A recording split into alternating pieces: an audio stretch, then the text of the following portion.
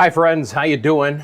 Rusty McCranie with you here live, Central Florida Weather Live, covering Hurricane Helene, the impacts to Central Florida, the impacts to the state itself. Got you covered here. Good to see you guys on this Thursday afternoon. Coming to you now because we're just going to start to see the worst of the weather begin to move into Central Florida with Helene. We've already had some squalls move through. We've already even had one tornado warning that kind of rode up the I-95 corridor. But we're really going to start to get into the meat of what Helene is going to bring Central Florida as we go into these deep afternoon and into the evening hours as well. Appreciate you guys tuning in. Let me give you the newest details, first of all, on Helene. It's not great news. Winds are now 120 miles an hour, and I just want to double check because I did give a 3 o'clock advisory here. Yeah, that hasn't changed, but the problem is that Helene has grown significantly, and we have a major Category 3 hurricane now already.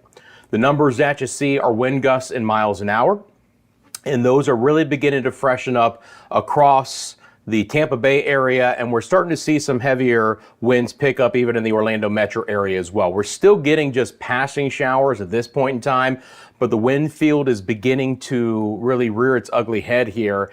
And then as we get to the coastline of Manatee and Pinellas counties, we're starting to see much more rotation within some of these storms. So there's an opportunity here that we could get a couple of spin-ups. Got the live radar out of Tampa for you right now. And again, take a look at these wind gusts. We've got Venice and South Venice with a 58 mile an hour wind down towards Punta Gorda, 54, on over towards the Bayshore Gardens area, South Bradenton, Sarasota, 53, 54 right now in St. Pete. As you get towards downtown Tampa, 45, 46 there at the airport in St. Petersburg. And we've had some very fresh winds across other areas. Lakeland, 40, MCO, 37, the Executive Airport in downtown Orlando, 43. Some of the squalls moving into portions of Brevard County have promoted winds of 35 to 40 miles an hour. So they're very sporadic right now. But then this whole shield of heavier squalls closer to the actual center of the storm is going to be beginning to swing a little bit deeper inland. It will certainly impact the western coastline first and foremost, but these should begin to spiral into the I-4 corridor as well here in the next couple of hours. So we've really just begun, if you will, what main impacts we're going to get here out of Hurricane Helene. Let's talk about some of the things that are going on at this point in time right now. Overall, we still have multiple hazards in effect. Again, the biggest concern with Helene is going to be the storm surge up in the Big Bend area. They're still calling for 15 to 20 feet of a storm surge. Here in Central Florida, we have a tornado watch that is still in effect all the way until 8 o'clock, and it just depends. They might extend that farther out in time. Every single one of us are under tropical storm warnings. That's what all of this red is right now. So if I just zoom into Orange County and give you an idea, we've got a tropical storm warning that's in place, and the tropical storm warning is going to continue until they don't expect there to be any other tropical storm conditions. That could be until tomorrow morning. The tornado watch goes effect until 8 o'clock tonight, and the flood warning through tomorrow morning. Look, we haven't had flooding rains as of yet, but as some of these stronger bands begin to set in, that could be an issue. And again, the enormity of Helene is going to be another big story. This is one of the largest major hurricanes that we've ever had on record, okay? And the impacts are going to be felt deep into Georgia and South Carolina. All of South Carolina are under tropical storm warnings as we speak. The western side of Georgia, all the way up to Macon, are under hurricane warnings. Same thing for Tallahassee. This storm is going to be strong. It's going to at least be a Category 3, if not a Category 4. And it's going to be moving fast, which means the hurricane conditions are likely to drive deep into southwest and west central Georgia. And again, for Central Florida, it's going to be about the winds. It's going to be about the opportunity for some rotation and some tornadoes. And it's going to be opportunity for some heavier rain as well. Again, appreciate you guys coming in. YouTube Street says, hey, Russ, I guess it won't be too bad here in Orlando. Just received notice that the schools are open tomorrow. That's not surprising because of the forward speed of Helene. Let me be clear, for all of Central Florida, including Orlando, the worst is still to come. That's going to be happening here between now and about midnight, maybe even slightly after midnight. But with the forward speed of Helene being very fast already right now, if we take a look at it, I believe it's right at 20 miles an hour, 23, moving northeast, but there's going to be that turn back north. For a very brief time, it was trying to go a little bit east of north, but that was more of just a little jog. Now it's kind of resuming that almost due northerly track, and that is what's expected to happen. It's going to be making its closest approach to the Tampa area here in just the next couple of hours, but still, relatively speaking, if we draw our line here from where the eastern eyewall is to Tampa Bay, we're well over 100 miles still. So again, not expecting sustained hurricane conditions, even in Pinellas and Manatee County, in Hillsborough County, inland as well. But we will be seeing some strong tropical storm force winds, certainly sustained, and maybe some gusts that go above 74 miles an hour. But we're not expecting to see hurricane sustained winds along the western coast here. It could get a little bit closer as you get up into, Hernando and Citrus, but especially Levy counties. And then obviously here, you're going to see the biggest impacts with the storm surge and the wind threat here, places like Taylor County into the Big Bend area itself. And you can clearly see these squalls moving in. They're racing right now. Generally speaking, these are moving. I mean, if I take a look at this is the radar again out of Tampa. We just look at one of these cells here that just moved through the Orlando area. It's got it going at 63 miles an hour. These things are going to be hauling. That's a situation where when we start getting some tornado warnings, if it happens, they're just going to be firing off one after another because these storms are going to be racing 50 plus miles an hour from time to time. And they might drop a brief funnel. If you take a look here, do you see how all of these icons are a lot more? I'm starting to get these tornado vortex signatures, these TVS signatures out of the storms that are beginning to rotate into places like Sarasota, St. Petersburg. You see that? That's a meso. That means that's rotation. But the TVS is not good because that is one of the highest, if you will, signals that we could actually have a water spout there. If I go over to velocity, you'll see that we've got pinks and greens very close to that. And that's what I'm going to be looking for here, beginning to spiral inland. Most of the squirrely weather has been just off the coastline, but this is going to start to rotate in. And it's just going to get deeper and deeper into the I-4 corridor as well. Chris says Orlando will definitely shut down. They already shut down half of Universal Studios. Again, to answer and go back to YouTube streets, I do expect the weather to be much better by daybreak tomorrow morning in the Orlando metro area. But that being said, the worst is still to come. And this afternoon, this evening, it's going to get rough. Certainly, we're going to have 35 to 45 mile an hour winds that could be sustained, some gusts that could be higher than that. Even in the Orlando metro area, we could be pushing in wind gusts around 60 miles an hour from time to time. And then along the Tampa coastline, we're going to be, again, pushing winds near hurricane force and probably some gusts that will go above that. And that's just beginning to really set in. Look, the other huge story, guys, is the water inundation. We do have some cameras to show you here. Let me just set it up this way. There we go. So we've got plenty of cameras to show you across the area here. Let me take myself off camera. A lot of different areas. I'll point some of them out, but the biggest thing is just take a look at some of the ones that are near the coastline, and we'll just go back to these from time to time as well. Some of these are in Georgia, some of these are along the west coast of Florida, and some of those are inland as well. So the bottom line is that there's a lot of impacts that are going to be felt. They're going to be felt very, very widespread right now as well. And again, these views that you're seeing right now are across Florida and Georgia, and they're very the same until you get to the coastline. Then you're going to start to see some of that water lapping up. I know that we've got the Bayshore camera. That particular one is actually out of Fayetteville, Georgia. Okay, from the network that we're looking at here. I know that they also have the Braves Stadium in Atlanta. So there you go. I believe that's it for you right there. So you get an idea of some of the different areas here and how widespread the rain already is.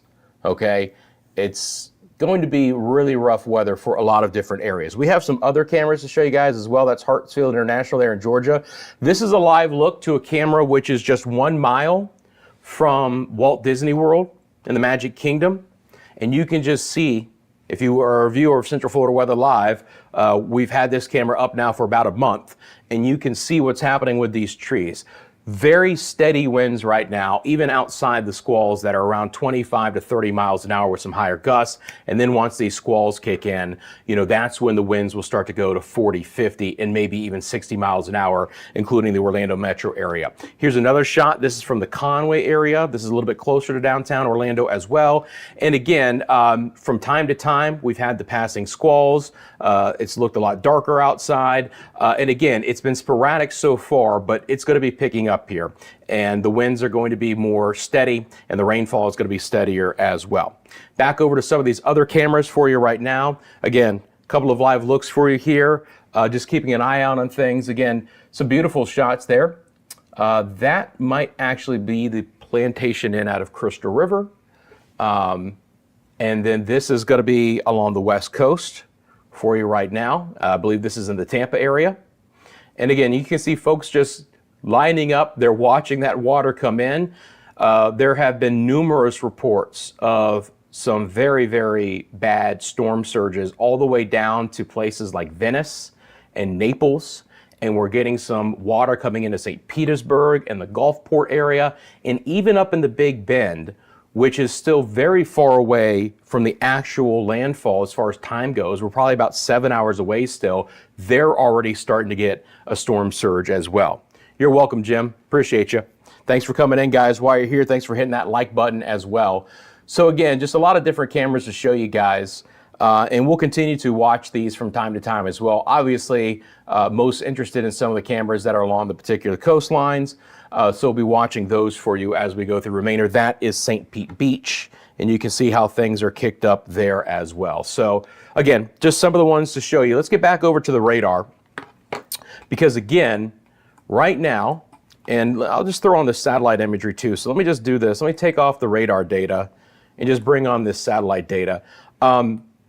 What has happened in the shorter term here is that we've actually gotten there to be a very, very concentration of the eye. We had a couple of concentric eye walls that were kind of spinning around Helene, but those have actually come together.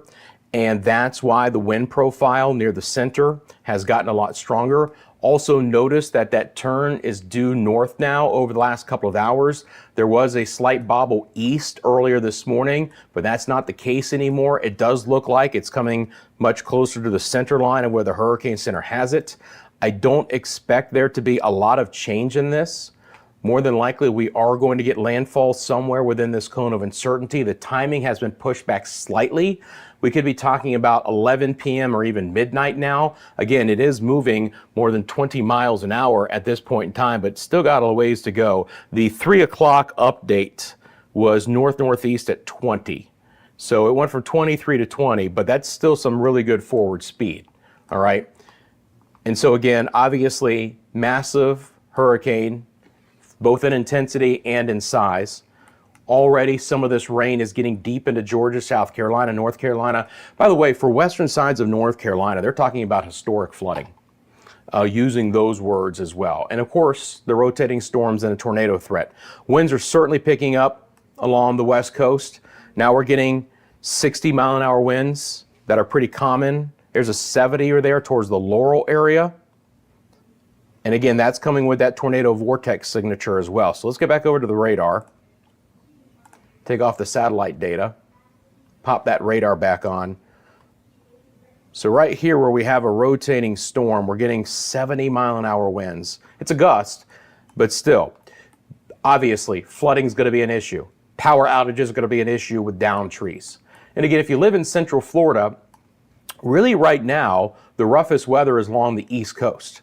We have more rain and storms coming right up the coastline at the hour. More than anything, tropical downpours, no lightning strikes, but Grant Valkyria there. Melbourne has just reported a 47-mile-an-hour wind gust. Here in the Satellite Beach area, that's Vance Patrick Air Force Base, Space Station, Space Force Base Station. Apologies, they changed the name. It's Space Force something now. 44-mile-an-hour wind gust. Merritt Island, Rockledge, the Cape has 39, St. John 37, Titusville 36. And then again, even outside of some of the heavier rain, New Smyrna has a 43-mile-an-hour wind gust at the hour as well. So if I bring on, I'm going to bring on this composite radar and loop this up so you guys can kind of get an idea of how these storms are moving. Obviously, as Helene moves north, the storms are going to have a south to north profile, but also the bands are going to be working their way a little bit more on shore as well.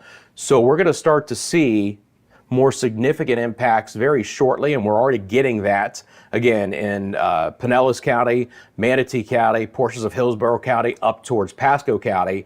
And then those should all just rotate deeper into the I-4 corridor as they work their way north. But there is still a huge chunk of storms south and east. Remember, we are on the sloppy, we are on the wet eastern side of the storm. You can see Key West at the hour still has a nearly 50-mile-an-hour wind. Marathon still has a 40, 45-mile-an-hour wind. So well south of where Helene is, the moisture continues to train up. We continue to have some blustery squalls for Grand Bahama, Freeport 36, and even down in Miami, you know, again, they're dealing with, look at South Miami Heights, they had a 60-mile-an-hour wind gust right now. This, again, is a very impactful storm for a very, very large area, and all of Central Florida is included in that as well. So again, appreciate you guys coming in. Biggest thing I wanted to do is just jump on, and while we had an opportunity to kind of set things up, and then knowing that more than likely the weather for the rest of the afternoon and into the evening will be continuing to go downhill for you guys here. Again, if you're just tuning in, we do have a tropical storm warning that is in effect for all of Central Florida. So all of the areas that we cover here on Central Florida Weather Live, that goes until 8 p.m. this evening, okay?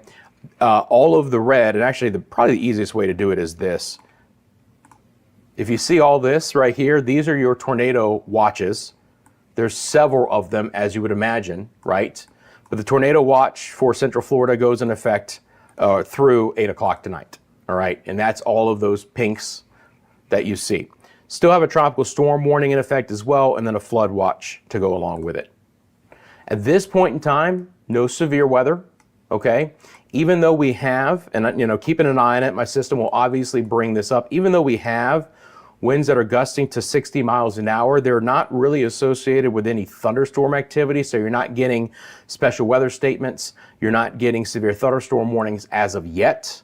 Again, more than likely, they would switch it directly to a tornado warning if they start to see rotation. And again, still watching this one. You have low-level velocities here with a cell that's just offshore. So that's one I'm going to be watching. We have another strength 5 meso reported just west of Bradenton, Sarasota, which is now reported a 64-mile-an-hour wind gust. On over towards the airport in Tampa, 60, St. Pete, 60. So again, extremely strong. You're welcome, Sharon. Hi, Teresa. How you doing? Hey, Garrett. How you doing, man? Yeah, man, Garrett, I believe you're in Hickory, right? And I don't want to underplay what the Hickory area is going to see. And there's Hickory right here. You can already see there's a flash flood warning as he was talking about. They're talking about historic potential flash flooding for some of the higher elevations of western North Carolina. They're talking about, you know, 9 to 15 inches of rain, but the flooding threat, when you're talking about a lot of water then getting down into the basins and some of the lower lying areas, they're using the words historic here. I've been keeping an eye out on what some of the Weather Service offices have been discussing with this. And again, it's not just going to be Central Florida. I mean, obviously we're covering that here for you, and that's the main purpose of this channel. But I do want to make sure I stress how deep of the impacts are going to be felt. You know, Atlanta could be seeing some hurricane force gusts overnight. It is absolutely plausible based on that track and the speed of Helene. Again, let's say Helene comes in with 140 mile an hour winds, right? And it's a strong Cat 4. More than likely, it's going to still have some hurricane force winds, even as far north as Atlanta. Not out of the question, for sure. So let's go back over to the live Doppler here. I'm going to take a look at that vorticity again.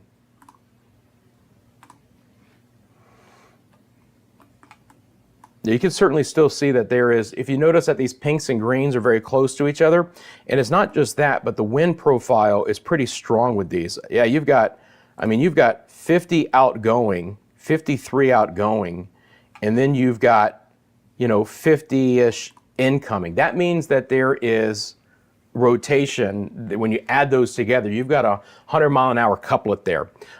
That's probably a water spout right now. And what we hope is that that signature goes away before it tries to rotate in. But definitely some extremely strong winds here. But right there, nice tight couplet. Don't see the TVS signature of the last rotation, but that could pop right back on at any point in time too. Again, 47 in Palm Bay. These winds are just going to be freshening up, guys.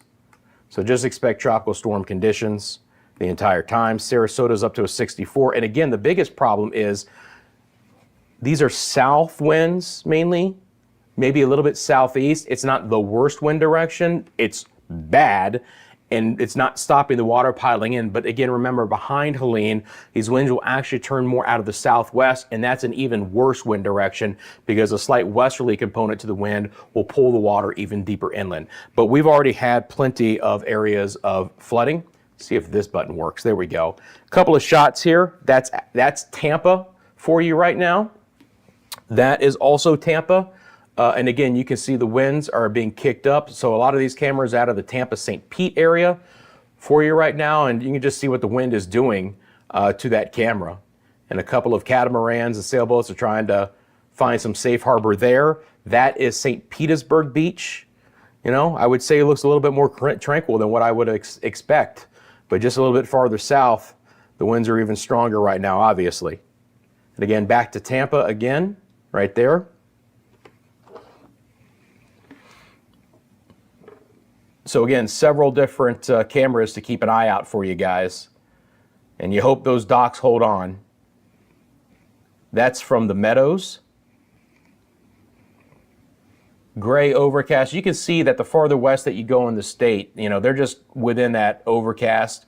Obviously, the cameras are being kicked around. If you don't see the trees, that's Bayshore Drive in Tampa, and that's classic. First of all, you notice there's a cop car. They're not letting anyone go farther away. But if you drive Bayshore, and I've done it several times, the water's turned up to begin with, but now you've got things splashing over some of the barriers there, and Bayshore Drive floods very easily, and more than likely there's going to be a lot of water going over Bayshore Drive as well. Again, appreciate you guys tuning in. We're just taking a look at some of the live cameras around both Florida and Georgia at the hour. It's a varying story, but obviously the story is wind, rain, and then the storm surge along the coast. And that is still a very significant potential. We could have some 15 to 20 foot storm surge areas across portions of the West Coast and especially into the Big Bend. This is a live camera 1 mile from Walt Disney World, 1 mile from the Magic Kingdom. It's a very common sight in the Orlando metro area right now where we have not a lot of rain, but the winds are very fresh. A lot of our reports right now are near 40 mile an hour winds, gusts, and even higher. So sustained winds are 20, 25, gusts are 40. That's outside of the squalls. When the squalls start coming back in, those winds will freshen back up. We've already had some winds of over 50 miles an hour today. And I think with the squalls coming in later today and tonight, we could push some winds of over 60 miles an hour, even into Orange County and even towards the East Coast as well. Places like Melbourne and Daytona and then up towards Jacksonville could all have some 50 to 60 mile an hour wind gusts. They're not going to be sustained that rough, but those squalls coming in will produce those kinds of winds. Again, if you have loose objects, I would recommend bringing those indoors, especially if they're very lightweight, right? Lightweight PVC furniture, anything still. You have an opportunity to get out and kind of secure some of those things. I hope you already have. But if you need that opportunity, that's still there. Obviously, trash cans should be inside. Things like that will go flying around. Got to watch out for the power outage problem too. I mean, again, well away from the center of Helene, we're still going to get these winds that are going to knock down some trees, going to cause some power issues. And then obviously closer to the path of Helene, we're going to have much more in the way of that as a concern. So back over to the radar. If you guys are just tuning in, again, the news from Helene is not good. It's a category 3 hurricane now, guys. So it's unfortunately evolved as is expected. Winds are 120 miles an hour. Pressure's down to 959 millibars. This is a deepening storm. It's not expected to weaken. It's not expected to stay its current strength. We have a Cat 3 right now. It's very plausible we end up getting a Category 4. Now, we are going to get the new full update from the National Hurricane Center at the top of the hour at 5 o'clock Eastern Time, 4 o'clock Central Daylight Time, and we'll see what their thinking is. But all the observations, hurricane hunters that I've seen come in, every time they make a pass, especially after we consolidated those concentric eye rings that, that were kind of around the storm, once those finally kind of all collapsed together, that's when we really saw an explosion of the pressure dropping and of the maximum winds beginning to increase. But as I've mentioned many times the last several days, obviously the impacts are going to be felt over a much broader area. And again, you just have this skirting along the East Coast and I-95, but the bulk of the activity right now is still right along the West Coast. But you can see, I mean, Kissimmee and MCO reporting nearly 40-mile-an-hour winds and haven't had a drop of rain anytime soon. Really picking up right now, Tampa, St. Pete, Pinellas Park, Largo, even on over towards Brandon and Seffner and Dover, Town and Country. Now your winds are 45, 50 miles an hour inland and then 60 a little bit closer to the coast. See, this is what I'm talking about. We're going to have to watch out for. Oh, look at this one. All right, hang on a second. Now we're really starting to pick up here. Let me go to the live radar. Now we're really starting to pick up higher end tornadic vortex signatures. So there's going to be a growing concern here, guys, for storms coming inland with tornadic potential in the Sarasota area right now. If we look at the velocity, again, you can see these pinks and greens that are close to each other, but it's not just that. The winds themselves are exceptionally strong here. Again, you've got a couplet, is what we call it. Let's find the outbound here. So you have a couplet here that's about 110 miles an hour. That is fairly significant. Could certainly be a water spout somewhere in this area just offshore that, with the orientation of the shoreline, is going to try and come inland here on the western, the coastline of Sarasota. Remember, all a water spout is a tornado that's on water. And then once it comes inland, there you go, you got yourself a tornado. But again, concerned about what I'm seeing with this velocity product, which is basically looking at the winds from the radar. And you can see these gusts. I mean, these gusts are almost at 70 miles an hour. This is very significant for places like Venice and Sarasota, Bayshore Gardens, Bradenton. There's another rotating storm right there as well. So we've got some problems here. And it's only going to get worse. Now, I don't know how deep inland these storms are going to go, but I would expect there to be a propagation north and east for the remainder of the afternoon hours as well. Okay? So again, in Central Florida, coming on live now because we're just going to start to see this weather go downhill, guys. It's just going to kind of get worse and worse through the afternoon and into the evening hours here as we move through the 4 o'clock hour and deeper on. Again, appreciate you guys tuning in. While you're here, hit the like button. Let me know where you're viewing from. I appreciate that. You have a specific question about the forecast as well. Again, we're live here in Central Florida Weather Live when there's something to talk about in Central Florida. And obviously today it's all about Hurricane Helene, which is now a Category 3 hurricane. Still expecting landfall to be somewhere within this cone of uncertainty. If I put on the tropical models here, you can see that the spaghetti plots are basically pointed to Appalachia Bay. All right. Now, it's going to make a difference, by the way, for Tallahassee, whether the eye goes over Tallahassee or just east. Right now, there's an opportunity that could sneak just east of Tallahassee and potentially spare Tallahassee the worst of the wind. but we are slicing thin hairs here, man. It's going to be really close for Tallahassee. Obviously, the storm surge is going to be significant.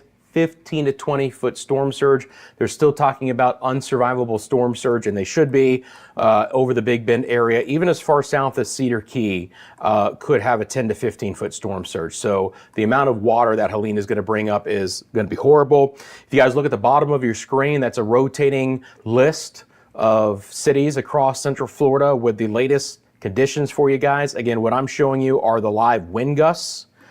And the concern here, again, for the opportunity for some rotating storms. Have the tornado alerts on. They have not issued anything from this. It's still offshore, but I'm highly concerned right here for the Sarasota area. But we're talking about winds, again, that are pushing nearly hurricane force strength as far as gusts go. Getting close to that right now. So the weather really going downhill in these areas. Let's check our cameras again. Here's a shot out of...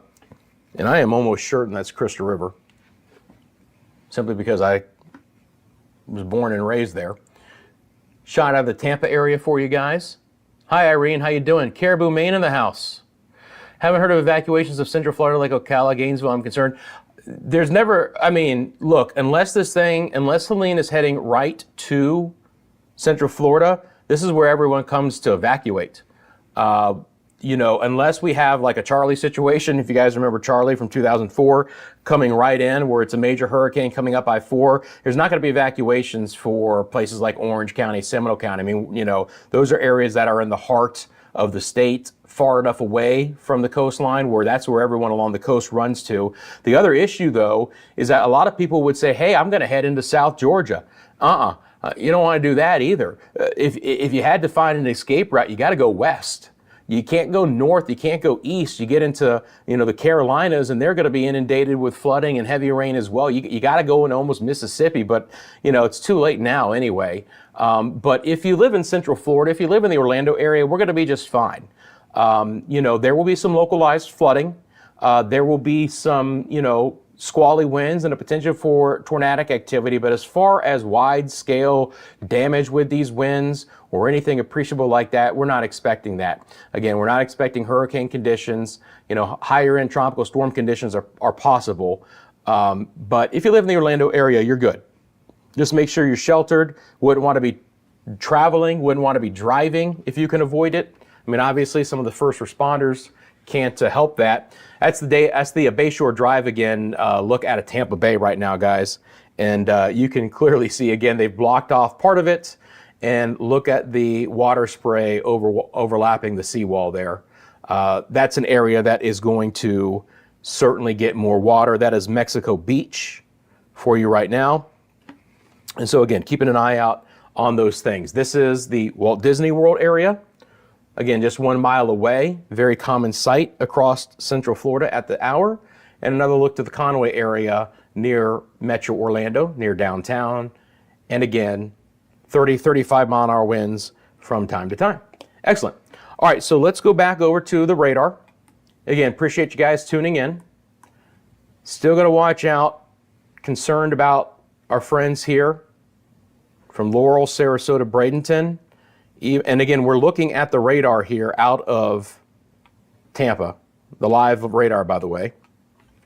Let me pull out this view one more time. By the way, if you guys look, do you see on this product? These are your tropical storm force winds in blue. They extend across the entire state. And then this purple ring are winds that are sustained in that 60 mile an hour range. And so we'll get close to Tampa, St. Pete to get sustained winds at 60, but more than likely, you know, the gusts will be pushing hurricane strength in these areas. And we're already at 67 there in Sarasota.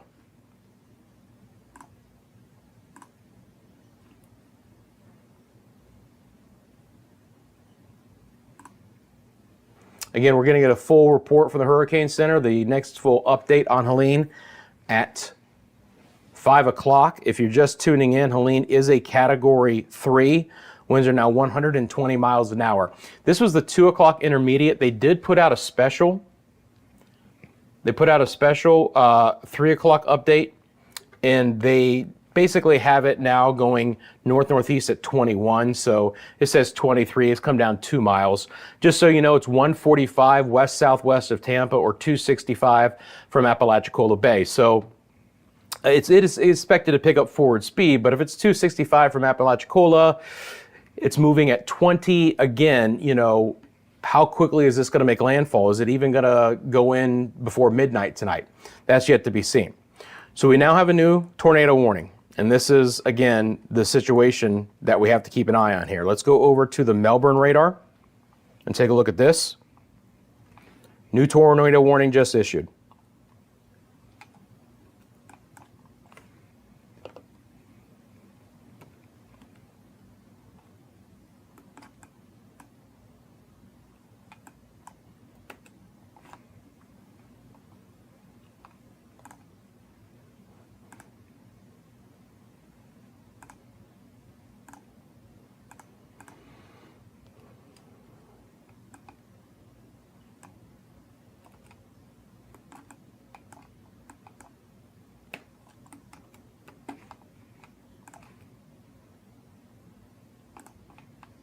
All right.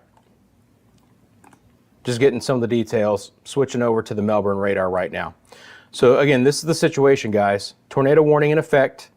Here we go. Here's the information on it.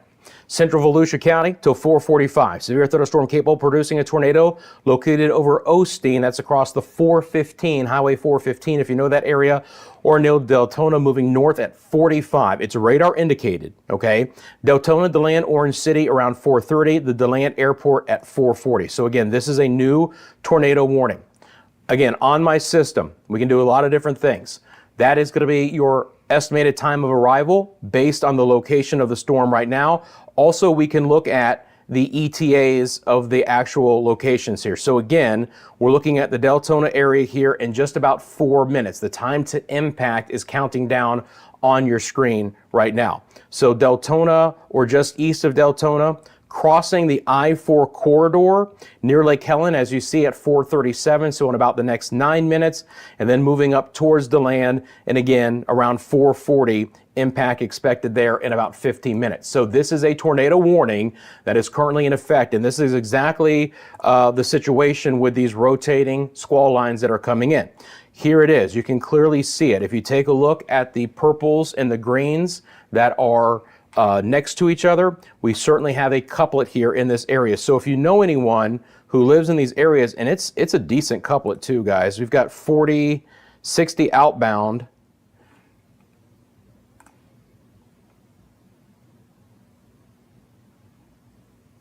Yeah, I mean, within a rotation here, we've got a couple of over 130 miles. So this is certainly one to pay attention to. Again, for Volusia County, we have a tornado warning that is currently in effect. It does include places like Lake Helen, DeLand, and De Leon Springs. It's this area right here with the biggest concern that's moving up to the north and to the west right now. Again, getting you the information. Storm motion is north at 45, radar indicated at this point in time.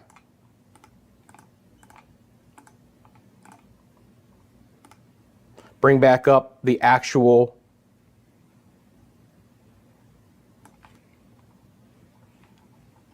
National Weather Service Melbourne advisory, the bulletin, north at 45, DeLand, Deltona, Orange City will be near your area at 4:30, DeLand Airport at 4:40, Casadega could also be included in this as well. If you live within this tornado warning, please make sure you seek shelter. Again, these are rapidly moving cells, moving north at 45. Again, not as much rain associated with this, but you're going to want to take this very seriously in this area. Go back over to the reflectivity. There is some heavier rain right there, so you're not going to be able to see that core, but it is more than likely going to be moving up towards I-4 and Lake Helen. So again, anticipating that in about the next 7 minutes. Just to the east of Deltona. Would not expect downtown Deltona to be impacted by this rotating cell, but you can clearly see that right now. It's in effect for the next 14 minutes. I'm going to put this into motion. And again, it looks like all the other ones, right? Except right here on the south side of it, you start getting some of that spin. And this is going to be the concern for the rest of the afternoon and into the evening. And again, it's not just these squalls, it's the squalls moving in. They're all going to be spinning. They're all going to be trying to rotate around the parent core of Helene. And so as they do so, we're going to get some of these spin ups. Now, most of the time in a situation like this, they don't last long, right? They don't last long. But that being said, they can still drop down, produce damage. They're typically not stronger tornadoes, but they can still cause problems.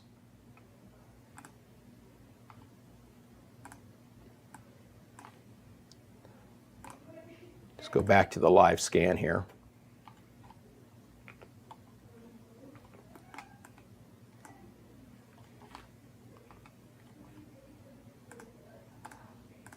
Okay. So again, tornado warning in effect for Volusia County until 4:45.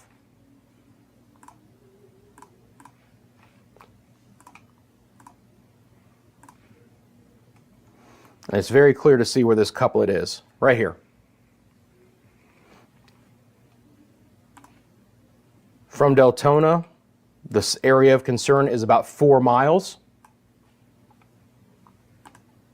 From Lake Helene, which is an area that could be directly impacted by this rotating storm, it's only about 4.5 miles away.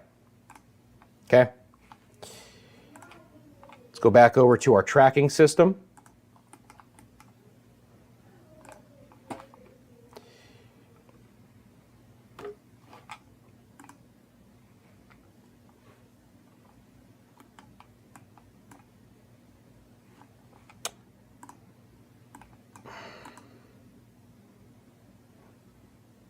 And we can see that cell being produced right there, just kind of rotated up right near the land.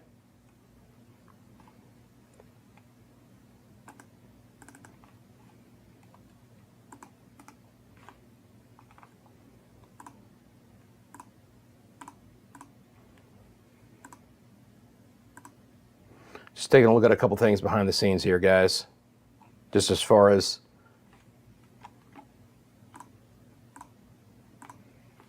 some of the things that I would be looking at here, but there is still a couplet associated with this rotating storm.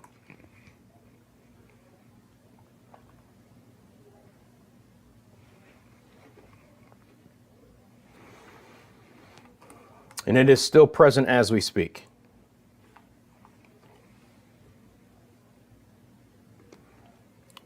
Let's go back to some of these cameras real quick.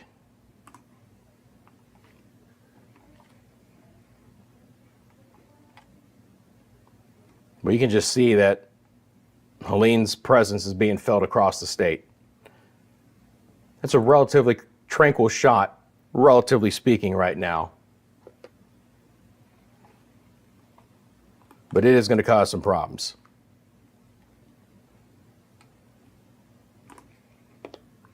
Okay. Sorry about that. Back over to this tornado warning.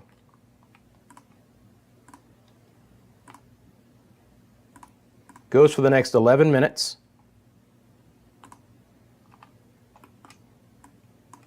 You can see the areas that it could be impacting. So we're talking about Lake Helene here in just the next 3 minutes. All right? If you live in Lake Helene, please take this very seriously. There is a radar indicated tornado. There is a good couple. There's some very strong winds, if nothing else, that'll be coming along with this storm. So be cautious of that. Other times of arrival, 4:40 for DeLand, 4:53 for DeLeon Springs. No lightning associated with this at this point in time.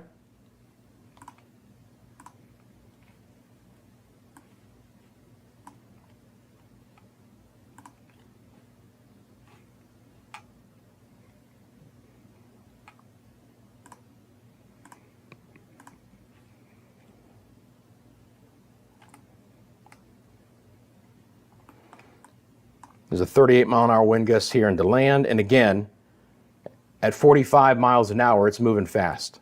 So this is going to be moving imminently into the Lake Helene area as we speak. Again, tornado warning is in effect for Volusia County in these areas for the next 9 minutes. or basically till 4:45. Let's go back over to velocity. And you can see this couplet moving in right now over Lake Helene.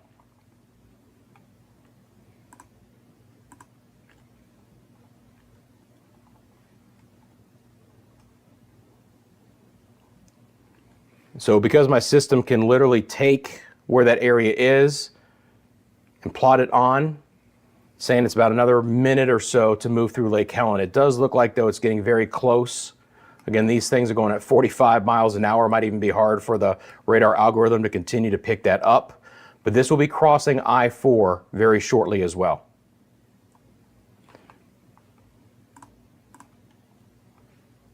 Again, the winds here are still significant.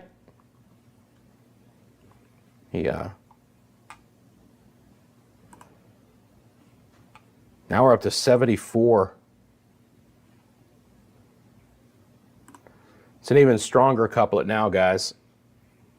We're picking up now 140. Let's see if they've updated this at all as far as their discussion.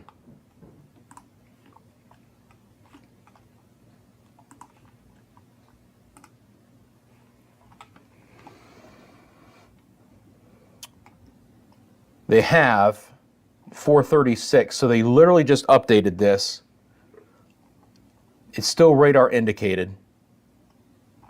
Still radar indicated.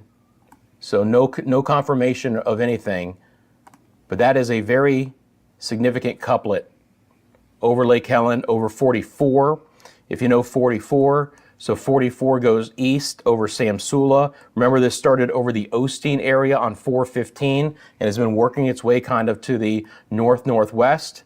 So this couplet, this area of concern that could have a tornado or a funnel of some kind, is just to the northeast of Lake Helene. It's basically crossing 44 as we speak and then moving across I-4. It's then going to try and get into the eastern sides of DeLand and then work its way up towards De Leon Springs.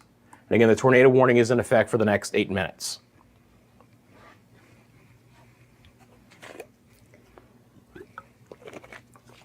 There is certainly the opportunity we get many more like this today, unfortunately. Again, the Weather Service office says when they start seeing this rotation, they're just going to fire off these tornado warnings. Most of them will just be radar indicated rather than actual ground truth reports. And again, they're going to be short-lived warnings because these storms are going to be moving 45, 50 miles an hour, which is what this one is doing as well. So they're going to cover a lot of ground in a short amount of time, so they don't have to make the warnings very long for it to move through one county. All right? We're getting...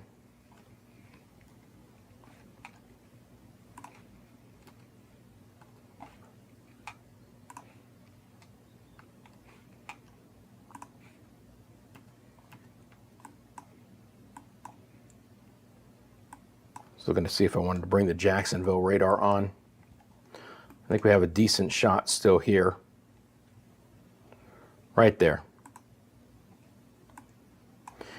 So if this storm were to hold together, it could try and get into Flagler County near Bunnell, but we'll see how that plays out, right? Now at this point in time, we're starting to lose a little bit of that signature. So the radar isn't talking so much about being rotation anymore, and that would be great. And that's exactly what's going to happen with these storms. You're not going to have, more than likely, a tornado or a funnel that's going to linger very long in this scenario. It's going to come down, it's going to drop something if it does, and it should probably dissipate relatively quickly. There's always outliers, things can change. You can have storms that, do produce a funnel or tornado and it is on the ground for a while in these situations, but typically these are relatively short-lived. And again, this tornado warning goes for the next 5 minutes. The rotation itself is basically over I-4 as we speak. Bring back on the reflectivity. And again, you can see it's kind of embedded on the south side of that storm. So very heavy rain up towards De Leon Springs. No lightning at any of this. But again, it'd be very hard to actually pick out the rotation because it is embedded with some heavier rain. So I'm going to keep an eye out on that one. No tornado warnings until you get down towards Venice and Port Charlotte. And again, these were my next areas. So down here towards Punta Gorda,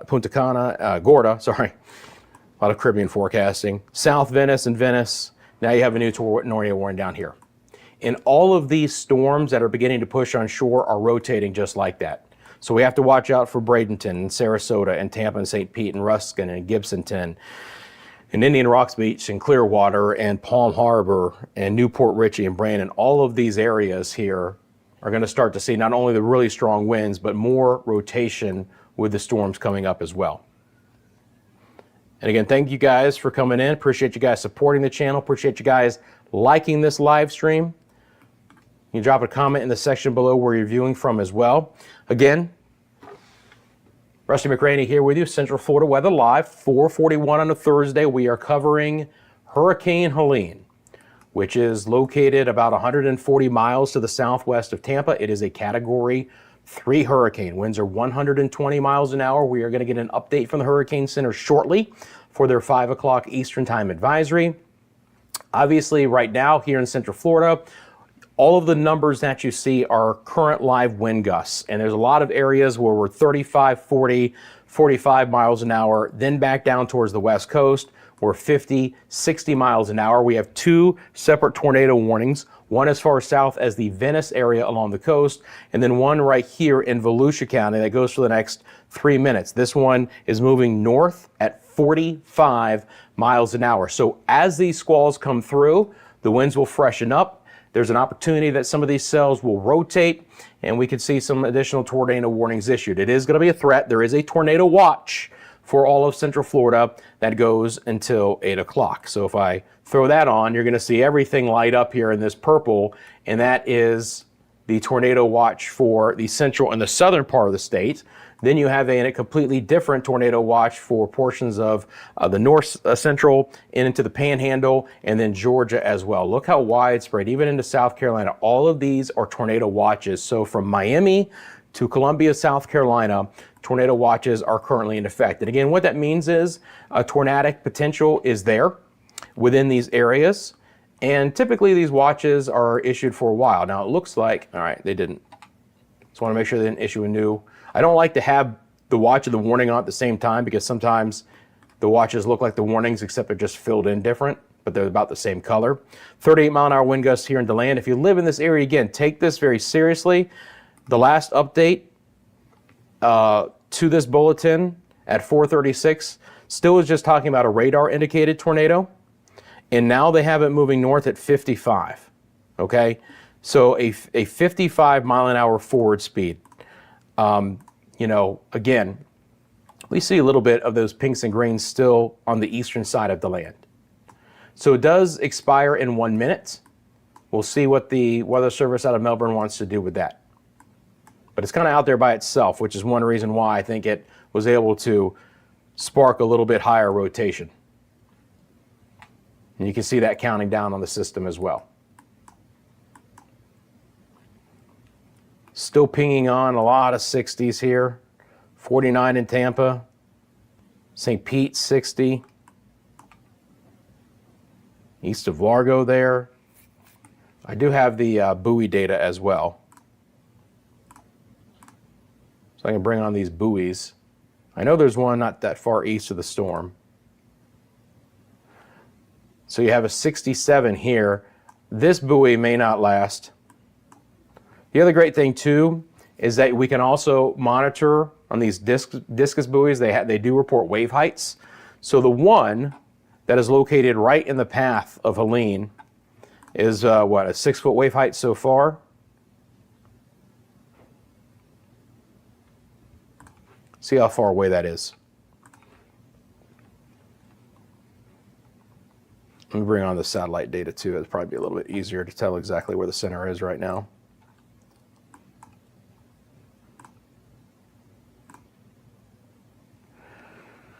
It's not a pretty sight, is it? So this buoy is about 70-ish miles away. And again, it's reporting, oh, yep, that did it. 6-foot wave heights with an 8-period, 7.8 second wave period, meaning that from crest to crest, it's 7.8 seconds. So you got some pretty good swell action coming in right now. It's not those chops. It's nice swells They're going to be building and going to be building and going to be building. So this one is in the direct path of the hurricane. We'll see if that one lasts. 67 offshore here. Pressure there is 992. What's the pressure here? Still probably pretty high, right? 988. By the way, the pressure for Helene is down to 951. This storm continues to strengthen.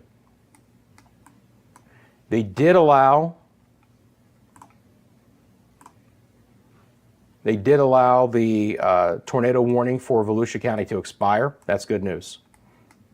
But again, guys, look at that radar signature there.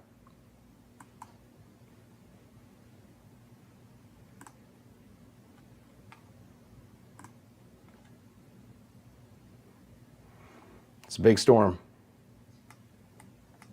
Now, as far as track goes, it's cooperating, right? If you thought that it might try and dive east and come into the I-4 corridor, does not look to happen. Again, it really looked like, even a couple of days ago, that the overall steering currents were pretty locked in with that upper low, cutoff low, north and west, the ridge of high pressure to the east.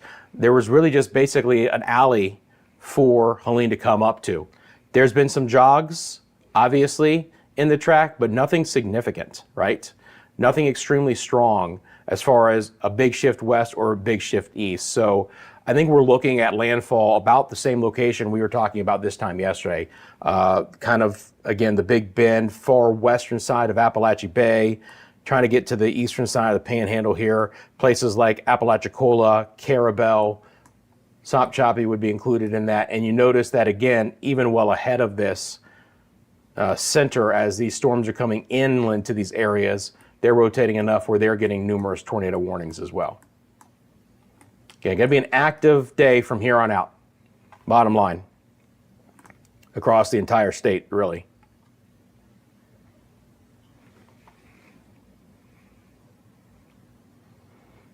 TV9, you're welcome.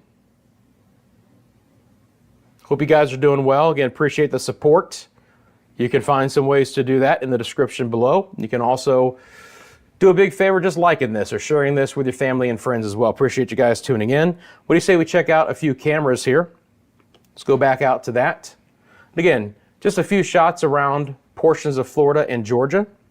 That actually is a shot out of Georgia right now, off of one of the lakes. You can see the water's a lot stiller there. You can tell that that's not near the west coast of Florida for sure.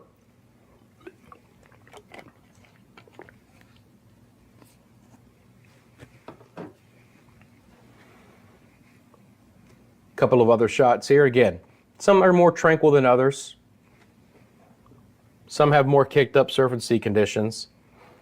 That's a shot out of Macon, Georgia. And again, Macon is under a hurricane warning. Can you believe that? It is under a hurricane warning. That's Fayetteville, Georgia. By the way, I am getting the 5 o'clock update coming in. And so after we take a look at these cameras in just 1 second, we'll look at the 5 o'clock update from the National Hurricane Center. That is Atlanta. That's the Braves Stadium, where they are not playing the Mets tonight, like I wish they would have been. They had to cancel yesterday's game as well. We're talking about having to play a doubleheader on Monday just before the start of the postseason if both teams are still in it. That's the Atlanta airport. Is it Hartsfield-Jackson International, I believe, or just Hartsville at this point in time? But that's it. Now we're getting into some of the rougher conditions here. You see that coastline shot.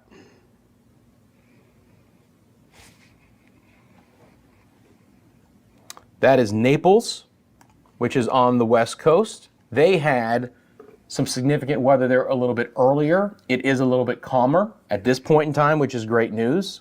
But they had some water inundation in the Naples area. That is from my hometown of Crystal River. That is a shot from the Plantation Inn. Again, just looking at that, knew exactly where that was.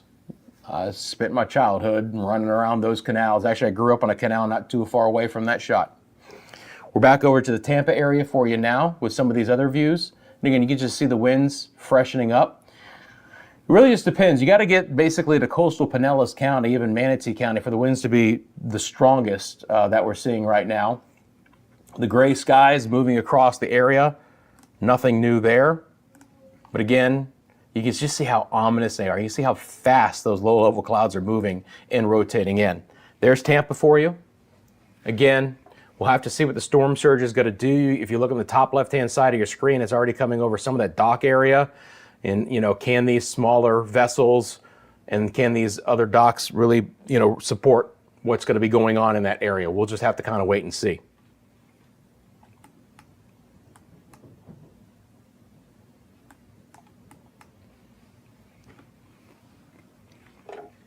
That is St. Pete Beach.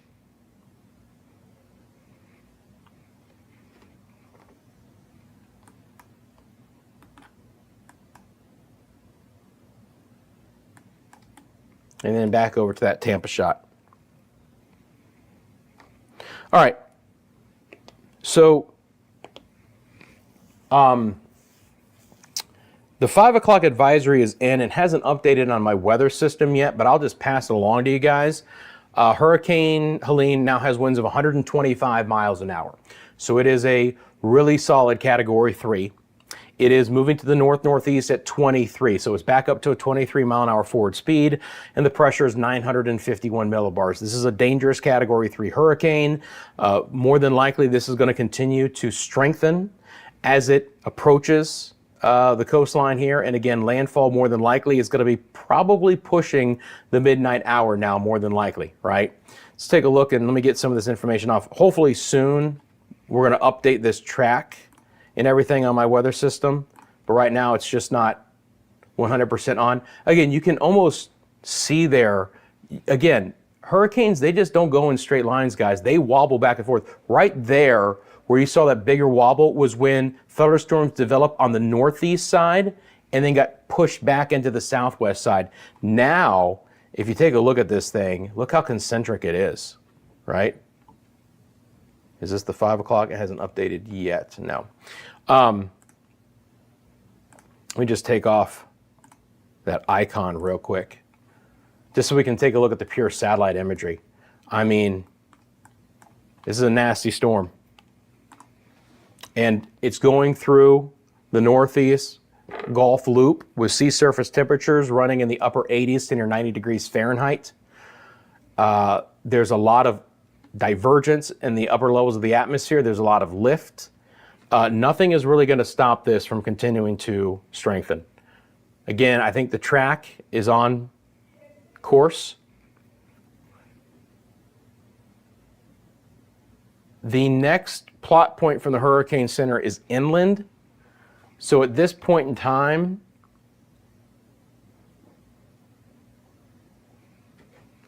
you know, 125 is the strongest, but it's probably going to get stronger.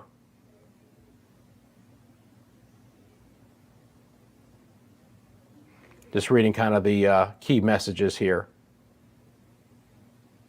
So we're at 125 now. Again, the next 12-hour report from the Hurricane Center on their discussion would obviously be inland, so it's weaker. But we could still be pushing a storm that's probably trying to get up to 140 potentially before it's all said and done. All right. Again, currently right now,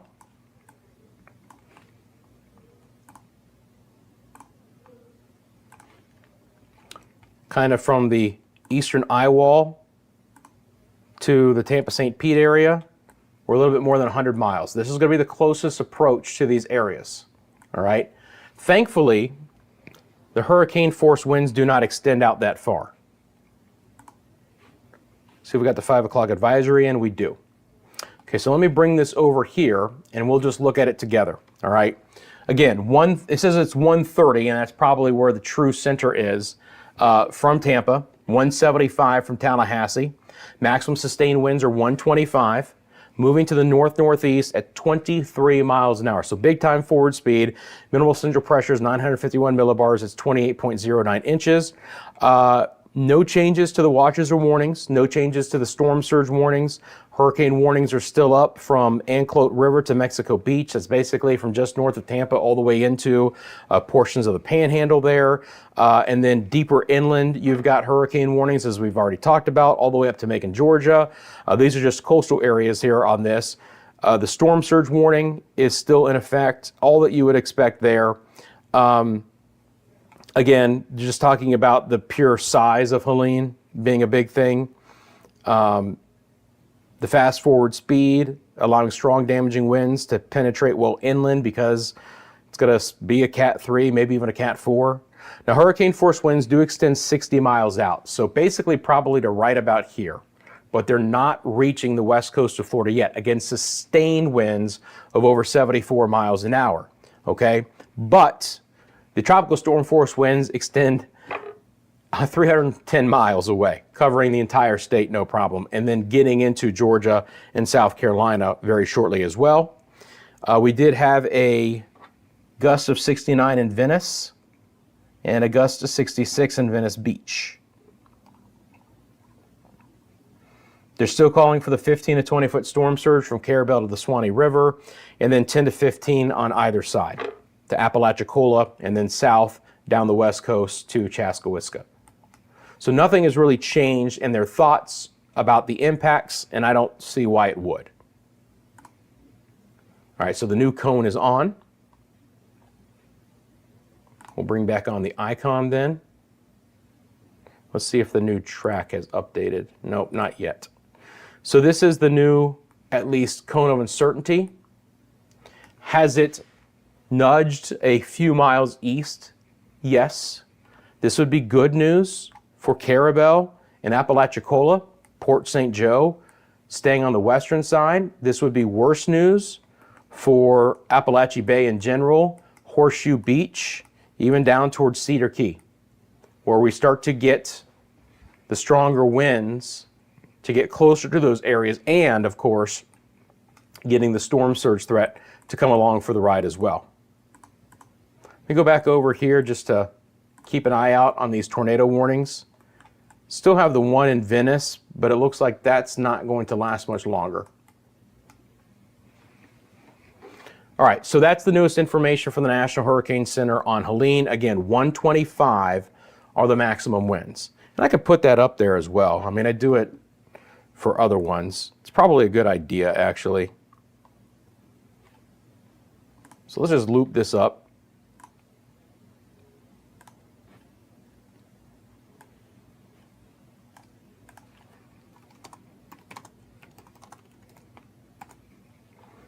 And then that way, for those who are coming in and out, it's just clearly visible what the latest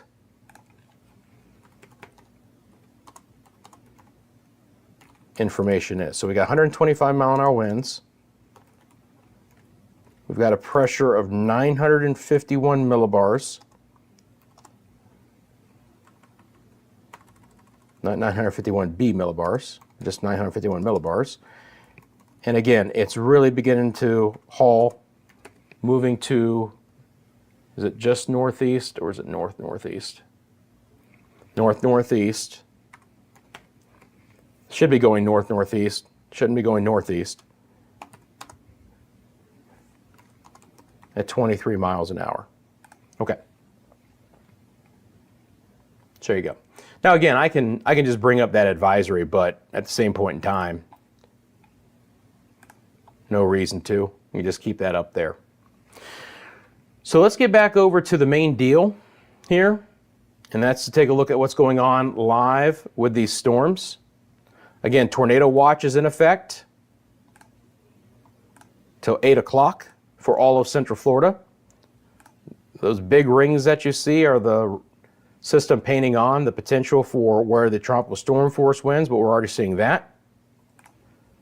Let's bring back on our wind gusts.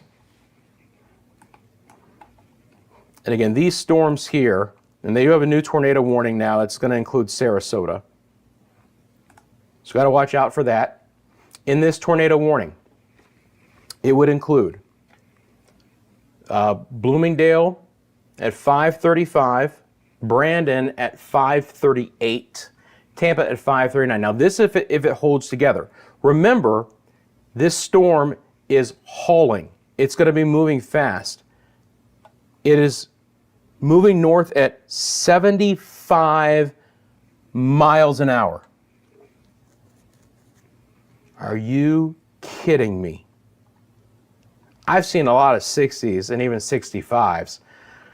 I'm not sure the last time I've seen a tornado warning where the storm is moving at 75 miles an hour. That's why the computer has pulled this out so far. Goodness gracious. I mean, so the problem with this too is that if a storm is moving at 75 miles an hour, guess what else it's doing? It's producing winds of 75 miles an hour.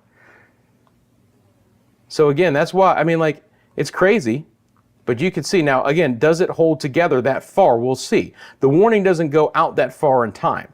The warning only goes to Bradenton, but just to show you again how far this could stretch, because my system is pulling it farther north just because of the time frame, right?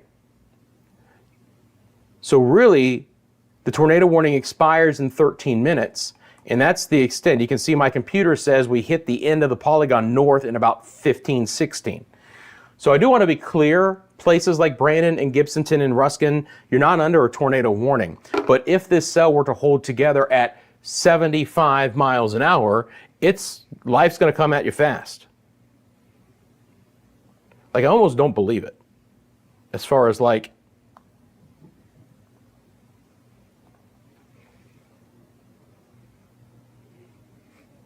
yeah, I mean, I'm looking at the bulletin. 75 miles an hour. Have you guys had a storm that you've seen that's moving north at 75? Again, I've worked a lot of different areas, and to get a 75 mile an hour forward speed of a storm is something, man. It just shows you the inherent potential that this has in the winds. Let's go back over to the Tampa radar, which is out of Ruskin. So let's see here. I want to make sure it's not too close. Should be okay though.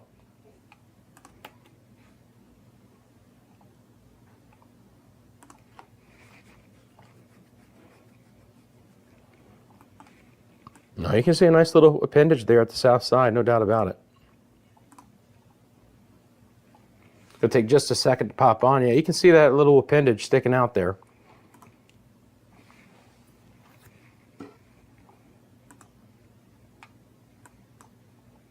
Just letting up the live sweep has to fully load, and then we can switch over to velocity.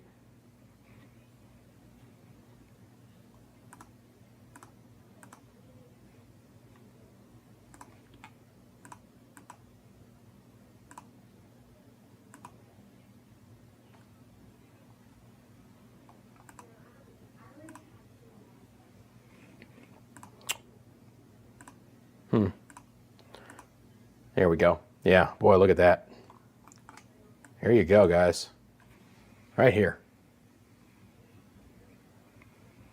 That is a solid couplet, no doubt about it. Tornado warning in effect right now. Again, it's going to be for eastern Marion, northeastern Sarasota counties. Radar indicated, but it is a dangerous storm. Lake Sarasota around 505. That is a very solid couplet right here. So we'll be watching that one as it moves north. Now it is a little bit east of some of the more populated areas as you get closer to the coast, but there's still going to be some impacts potentially here. Now we have a 62 mile an hour wind there in St. Pete as a gust. Make sure there's no other tornado warnings right now. There's one in the Panhandle, but not here in Central Florida. Winds again well outside of the storms are fresh. Daytona Beach just had a 39. Lakeland just had a 44. Spring Hill 47. And again, there's that meso rotation with that storm. That's probably the worst signature I've seen all day so far. More than likely, that's dropped something at least for a time. Again, if you guys are just tuning in, the 5 o'clock advisory from Helene is in. Winds are now 125 miles an hour. It is an extremely solid Category 3 hurricane. It is crazy, Sherry. Storm with a north speed at 75 miles an hour. That means inherently it's pushing winds of 75 miles an hour with it. And that's destructive. Again, appreciate you guys coming in, liking the live stream, subscribing to Central Florida Weather Live if you haven't done so as of yet as well. Again, the storm itself, and now we do have the new track. So we don't have the 5 o'clock there, but you can see there's the update. So max winds are 127, which is why it's set at 125. They average up or down every 5 miles an hour. My system just likes to get a little bit more exact. So the true number is 127, but again, they'll bring it back down to 125. If it was 128, they'd bring it up to 130. But the gusts are 155 right now. And again, the next plot point from the Hurricane Center is inland, right? So you're going to get, you're not going to see the strongest there. The biggest question though, oops, sorry about that.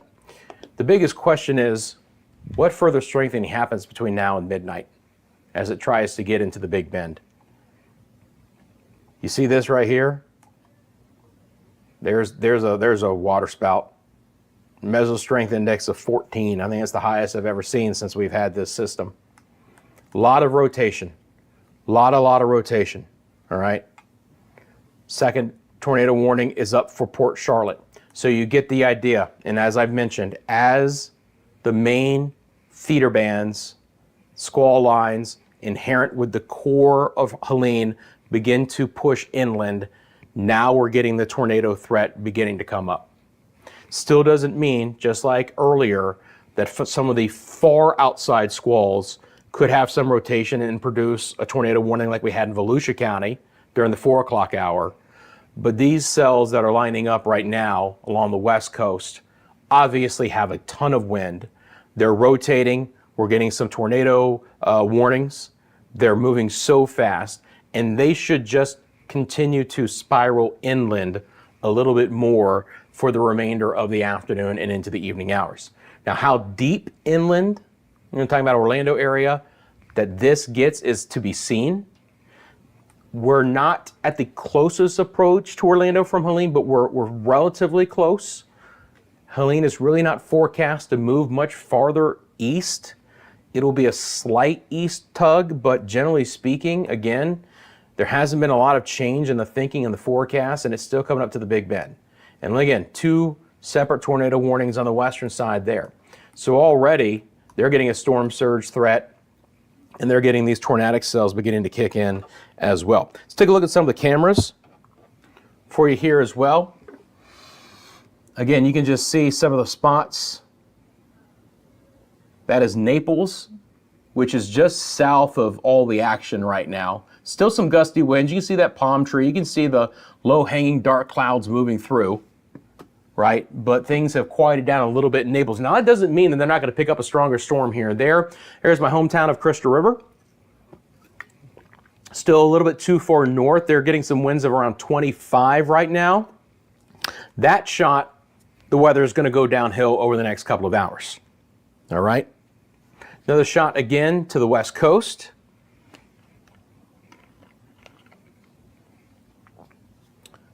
Still some good downpours there, but folks are still just kind of taking some shots, taking some pictures. That is Lakeland. That is inland, Polk County, kind of between Orlando and Tampa. So it's a little bit inland where they don't have a lot of rain right now, but some really fast-moving showers. This is the Palmetto area near the Bradenton area.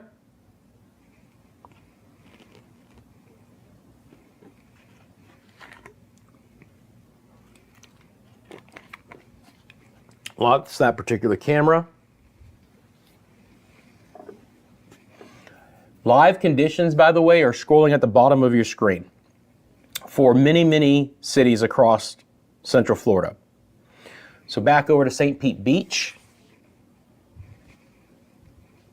And again, really churned up Gulf there. We'll have to watch out for the beach erosion on the East Coast, maybe some sand dune erosion, just, really area dependent. But, certainly going to lose some beach.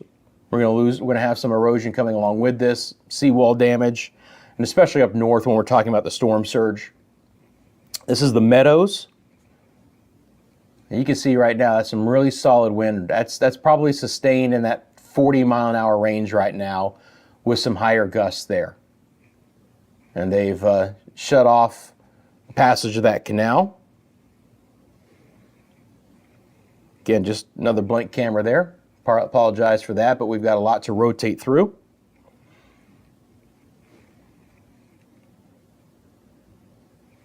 This is Mexico Beach. Looks like that particular camera is frozen at this point in time.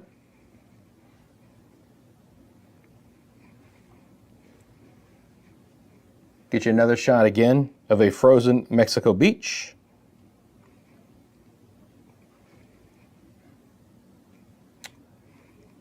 Let's go up the coast to Santa Rosa Beach.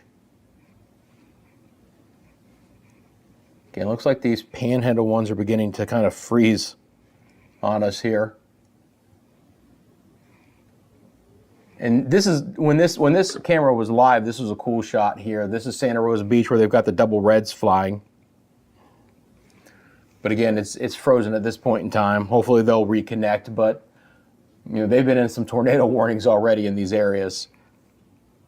Go over to, let's see, go next to Panacea. And again, looks like these northern cameras are kind of on the frozen side. I'm gonna have to look to reset something here. And then the last camera we'll show is an area that we have to really watch out for. This is Cedar Key. Now this is kind of on the back area of Cedar Key. We got a couple of shots here out of Cedar Key. But this is where the water will be coming up actually on the east side of the key. And I've spent some time here, so I kind of know this area. Now this is the shot looking back towards the Gulf from Cedar Key. And there are a couple of high points, including the hotel there, which is basically at the highest point of the island. And you get closer to that, to Dock Street there. And it goes downhill fast as far as that goes. And a couple of other shots from that area. So again, things to monitor here. This is a live look to the attractions area. This is a mile away from the Magic Kingdom, okay? Can't see the home of the mouse, but it's darn near. And again, very common sight in Central Florida right now. Not a lot of rain as of yet, but we're already, sustained winds of 25 miles an hour or higher, and gusts are 35, 40, 45 miles an hour. And these winds will pick up as those more intense squalls that are along the West Coast try and work their way deeper inland the remainder of this afternoon and into the evening hours. All right. Again, not consistent as of yet, but will become more so over the next few hours and probably even into the evening as well. More than likely, the worst weather for Orlando is not coming its way until right around or just after sunset tonight. This is the Conway area near downtown Orlando. About the same situation again. Fast-moving clouds, breezy conditions. The palm trees are getting kicked around. Nothing extremely appreciable as a big issue, as a big impact as of now. That being said, again, got to watch out for the tree limbs, knocking down the power, taking down the power poles. That could be a situation. And if we get some of the heavier rain, obviously watching out for that to cause some problems as far as A, flooding, and then B, also any power problems. Now we still have a tornado warning here. They have not extended it as of yet. It's east of Sarasota. You can see it counting down live here on my system. So we'll see as it comes to an end at 5:15 whether they're going to reissue it. More than likely, if they were, they would have already hoisted another one up. But we'll see how that goes. And again, the numbers that you see are wind gusts in miles an hour. So Tampa is getting hammered right now. 60 in St. Petersburg, 52 near downtown. Notice that in Town and Country, we have a meso or a rotating cell. So just over the last couple of hours, guys, this main eastern part of Helene, with the more intense storms has begun to rotate into west central Florida. So now they're getting a lot more consistent bad weather here, bottom line. So that tornado warning was allowed to expire. The one here down towards Port Charlotte is still in effect for the next 15 minutes. They just changed the location, but it does include Port Charlotte towards Inglewood if you know anyone down there. Again, in Orlando, we haven't had a lot of rain lately, but 20 minutes ago, the executive airport in downtown Orlando had a 44-mile-an-hour wind gust, solidly into tropical storm strength. And if you're just tuning in,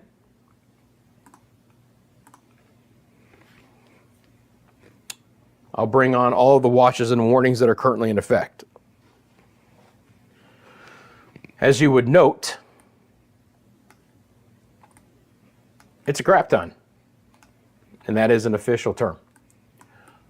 It really is amazing to see, and I thought that this was the case as well, but there was a discussion that there may have never been another point in time that all of South Carolina was under a tropical storm warning.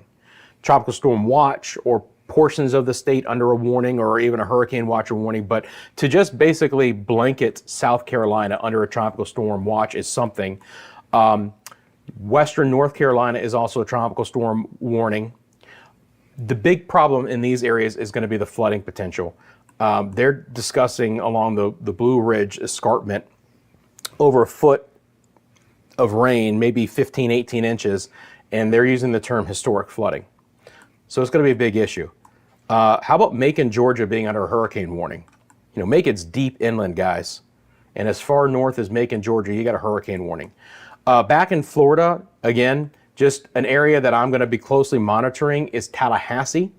If you notice that the center line from the Hurricane Center is now just east of Tallahassee, that could be a saving grace for that city. If we could take that eye and push it slightly east of Tallahassee, that would be great. Now, they're still going to get a lot of destructive potential wind damage, but maybe not that Cat 3, Cat 4 wind. Tallahassee is less than 25 miles from the coast, okay? And moving at 25 miles an hour, guess what? There's not enough time for Helene to lose any strength. It would barrel in Cat 3 winds into Tallahassee if the eye moves over. But there's been a subtle shift back to the east. It's only been subtle. Again, for anyone thinking that this is going to beeline it east, does not appear that it's going to be happening. I think we are locked into a track towards the Big Bend, somewhere 6-7 hours from now. The timing has slowed up a little bit compared to yesterday, but again, we are seeing a forward speed now. By the way, I love the fact that my system is like, hey, by the way, you know, near this hurricane, the storms are rotating. Just to give you an idea, in the Orlando area, under a tropical storm warning, as all of Central Florida is.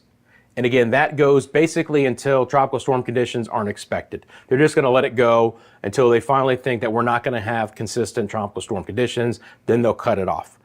Even it says it expires at 5 a.m. tomorrow morning. We'll see. Tornado watch goes until 8 o'clock. That could be extended, okay? Because we're now less than 3 hours away from that being gone. And we've really yet to see the brunt of this swing in. So it wouldn't shock me if the tornado watch is extended into the overnight hours. And then you got a flood watch. So far, we've been handling the rain pretty good here.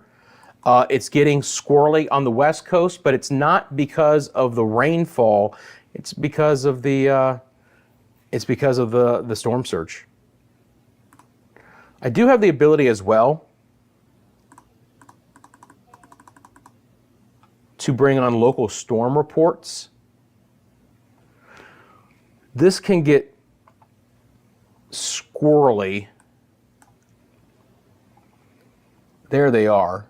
So sometimes it can tax my system a lot, sometimes it can't. So again, you know, we can see the local storm reports here, and I know I'm in the way of some of this. I'll just take myself off camera, but I can just,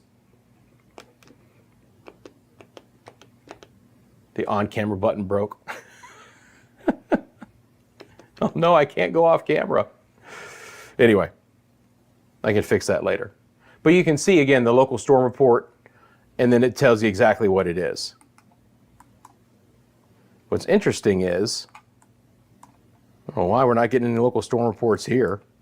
You would expect that there would be. But that's yet something else that we can look at and query as well. Take those off for now, though. All right, guys, I'm going to take just a... Oh, so here's the thing. I can't go off camera now. I'm going to have to literally walk away. Let me do this. Ooh, did it freeze? Stand by 1 second. All right, so that works. That works. I have a remote switch here. I might have to reset it. No big deal. All right, so what I am going to do is very elegantly walk over here. I'm going to bring up these remote cams. You guys take a look at those, and I'll be back in about 2 minutes.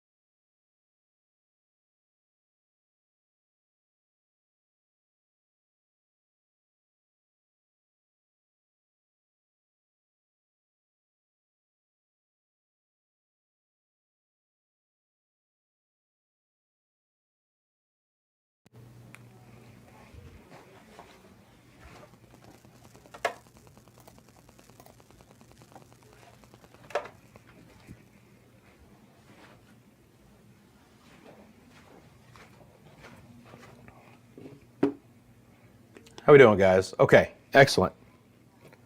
Those work.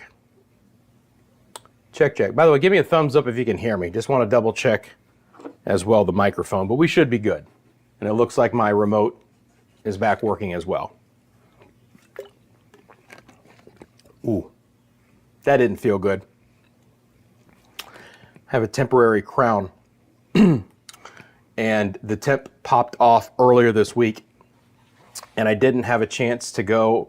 I put it back on myself and I haven't had a chance to go back and have them properly secure it. And that was way too much cold water on that tooth. That'll remind you. Oh man, all right. So here we go, 5:24, live here at Central Florida Weather Live. Appreciate you guys tuning in. If you're here, thank you for liking this live stream and thank you for tuning in.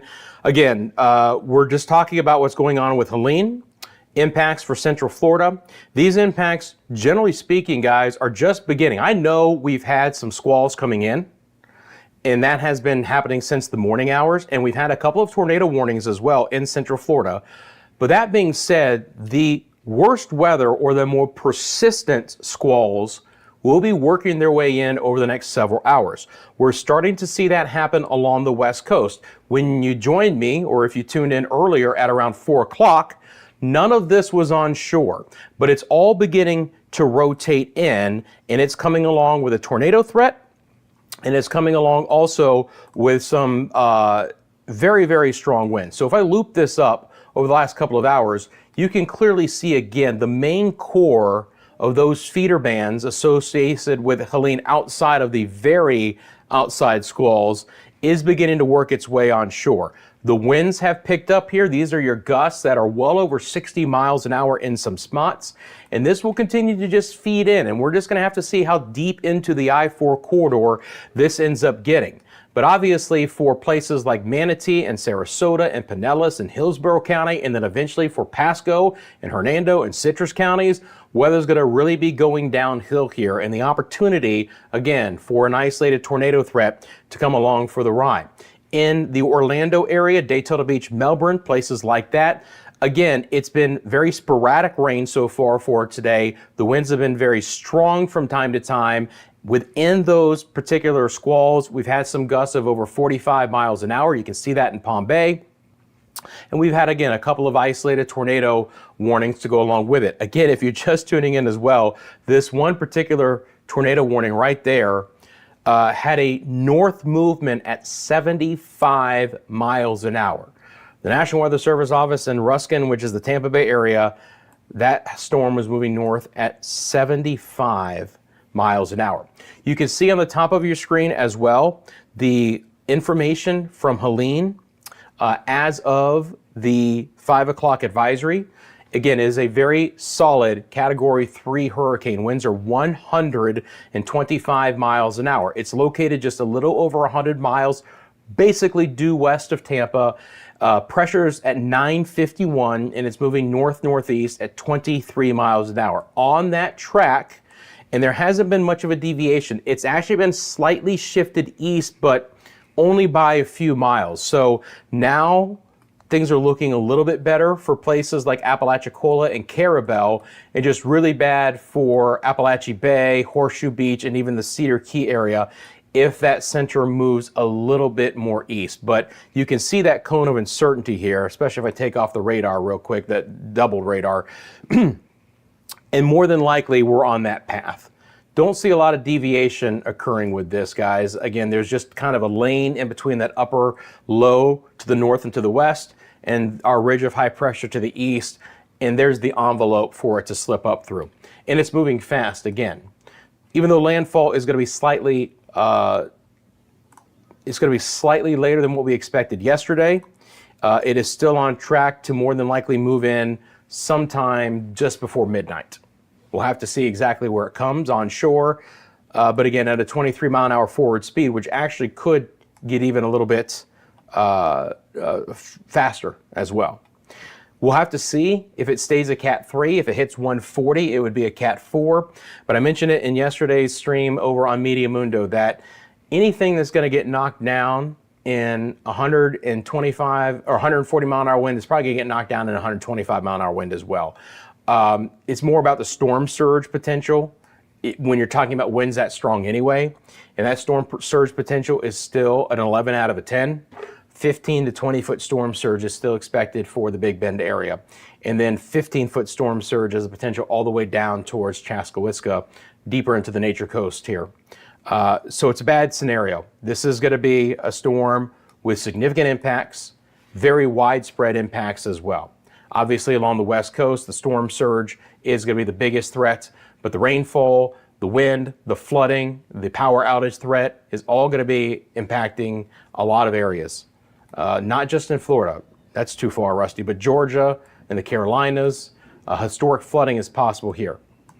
Helene is going to go down as a massive storm, not only in impacts, but also in just its sheer size. It's one of the largest in recorded history major hurricanes that we've ever had. Okay. Take a look at the satellite imagery.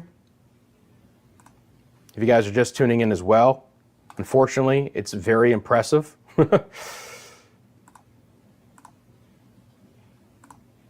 Just take off the radar. You can clearly see that. Again, all those little icons are just the storm icons. They're a little bit harder to remove. Let's see here.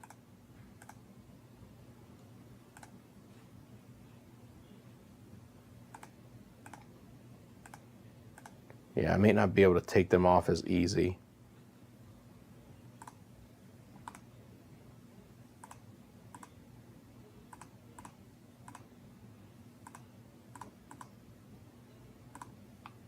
Yeah, I don't want to mess up my settings, so I don't want to take them off, but the easiest way to do this actually is to just do this. If we just want to look at the satellite presentation real quick without any of that stuff. Again, Cat 3 right now, this should be the update. Yeah, winds are 127, but they bring it back down to 125.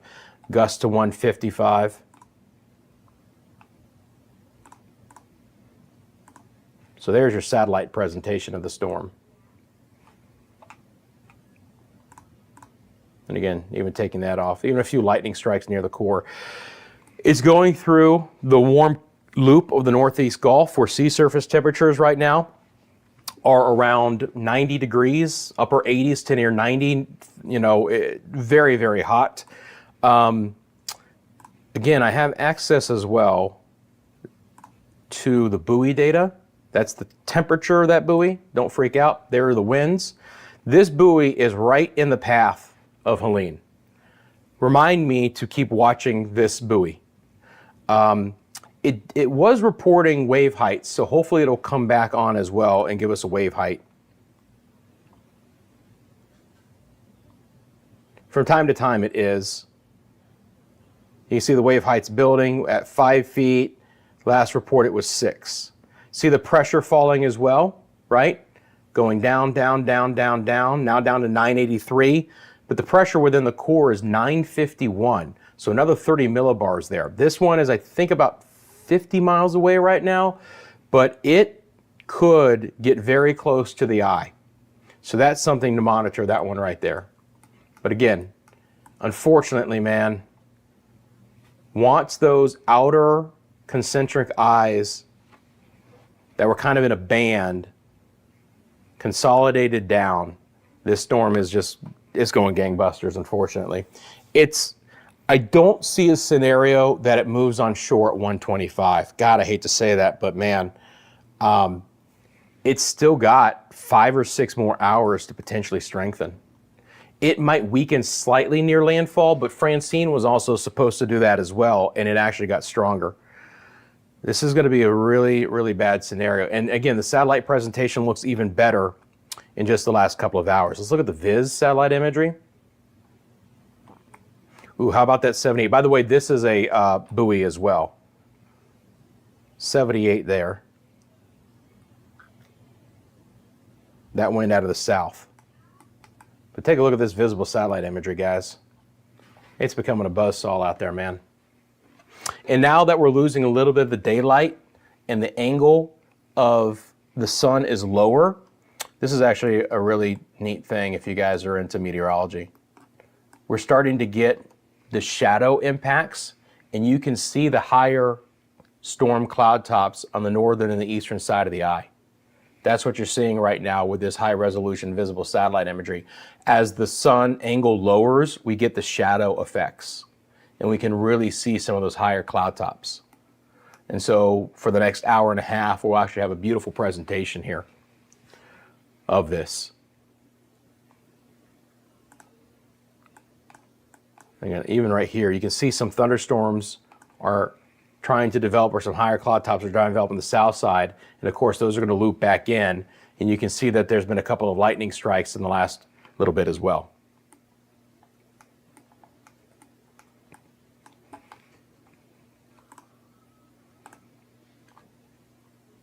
Just bringing back on the wind gusts. Keeping an eye out on the tornado warnings. We do have a new one. Let's see how far north that is. It should be far enough north, yeah. It is out of Flagler County.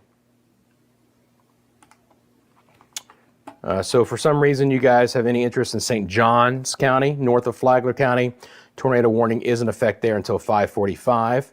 This storm is moving north at 45. And again, look how massive this storm is. Top tier as far as size. Look how far these clouds and the rain already stretching deep into portions of the Blue Ridge, even into the Mid-Atlantic states, Tennessee Valley.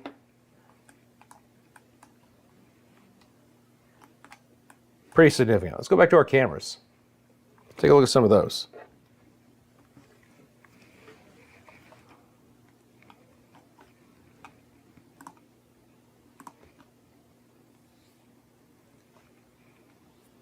Okay, let's go over this camera real quick. Back over to some of the cameras that they're showing right now are out of Georgia. We'll get back to the Florida cameras here in just a second.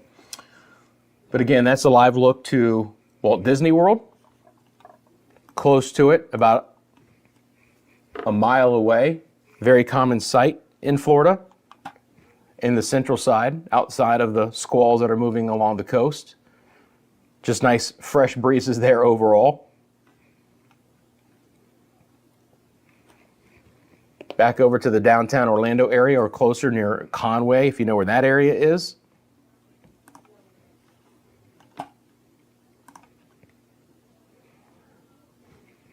Again, some squalls moving through, but nothing outrageous.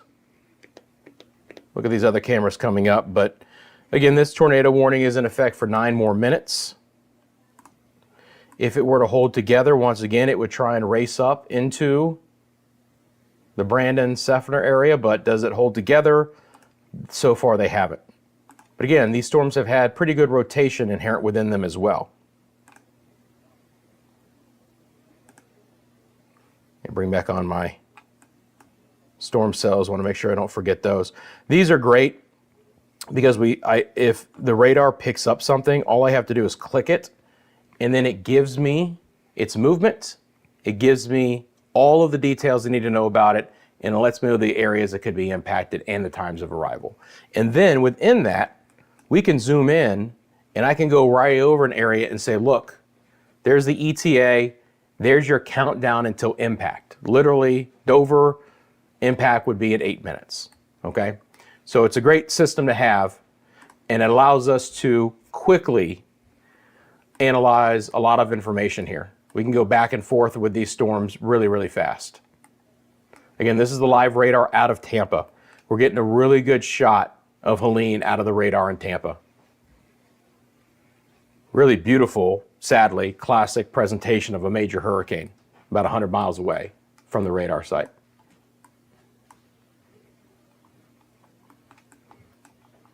Again, winds are starting to pick up more, 45 in Bartow. Again, non-thunderstorm wind gusts, Executive Airport, Orlando, Leesburg, 44 miles an hour. That could knock down some things. Again, you could have some power outages just because of the wind and there's no rain in your area. Up the East Coast, Fort Lauderdale 43, West Palm 40, our friends in the Bahamas, Freeport 36, West End 33. Again, the wind gusts. 54 here. This one's in store for some problems. We'll see how quickly that goes up.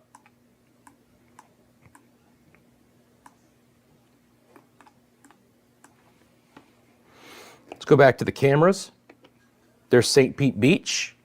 Now it's really starting to rock there in St. Pete Beach, isn't it? There's Tampa. Look at those smaller sailboats starting to really get churned up. The docks are really starting to struggle too.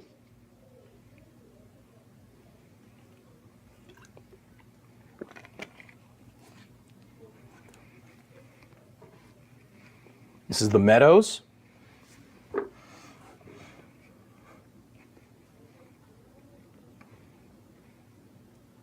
Couple of shots there from that area. And then there is Bayshore Drive in Tampa. And we'll just have to see how much water Helene pulls into that area. Remember, there's a couple different things about that, right?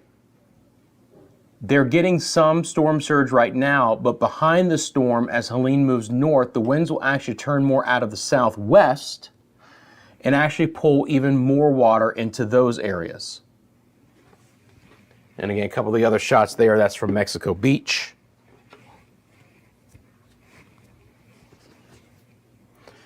And your live conditions in a lot of the areas across Central Florida are scrolling at the bottom of your screen.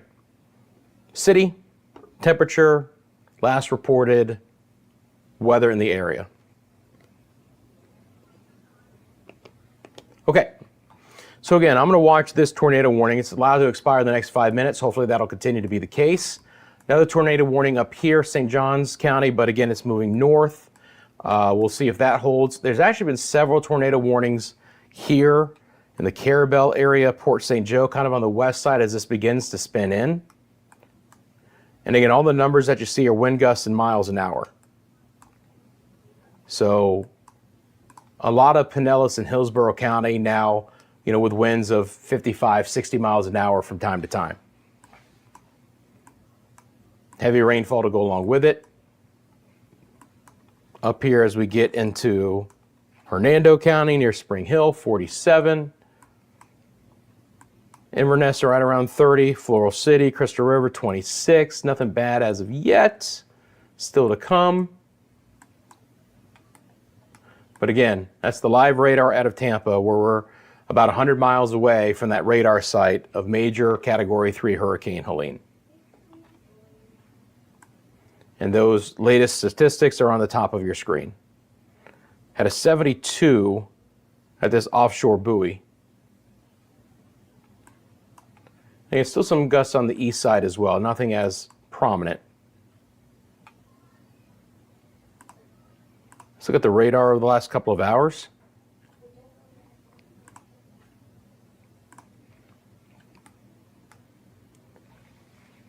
And again, now that it's within enough range, we can really see that eye over the last few hours here, right?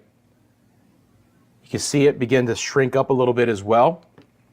Overall, the true center of circulation has always kind of been on the western side of this eye that you see, right? So even though it looked like it was trying to turn east a little bit more earlier in the day, the actual center was kind of west of where you might have thought it had been. And although there was a subtle jog east, there was no big hard turn right.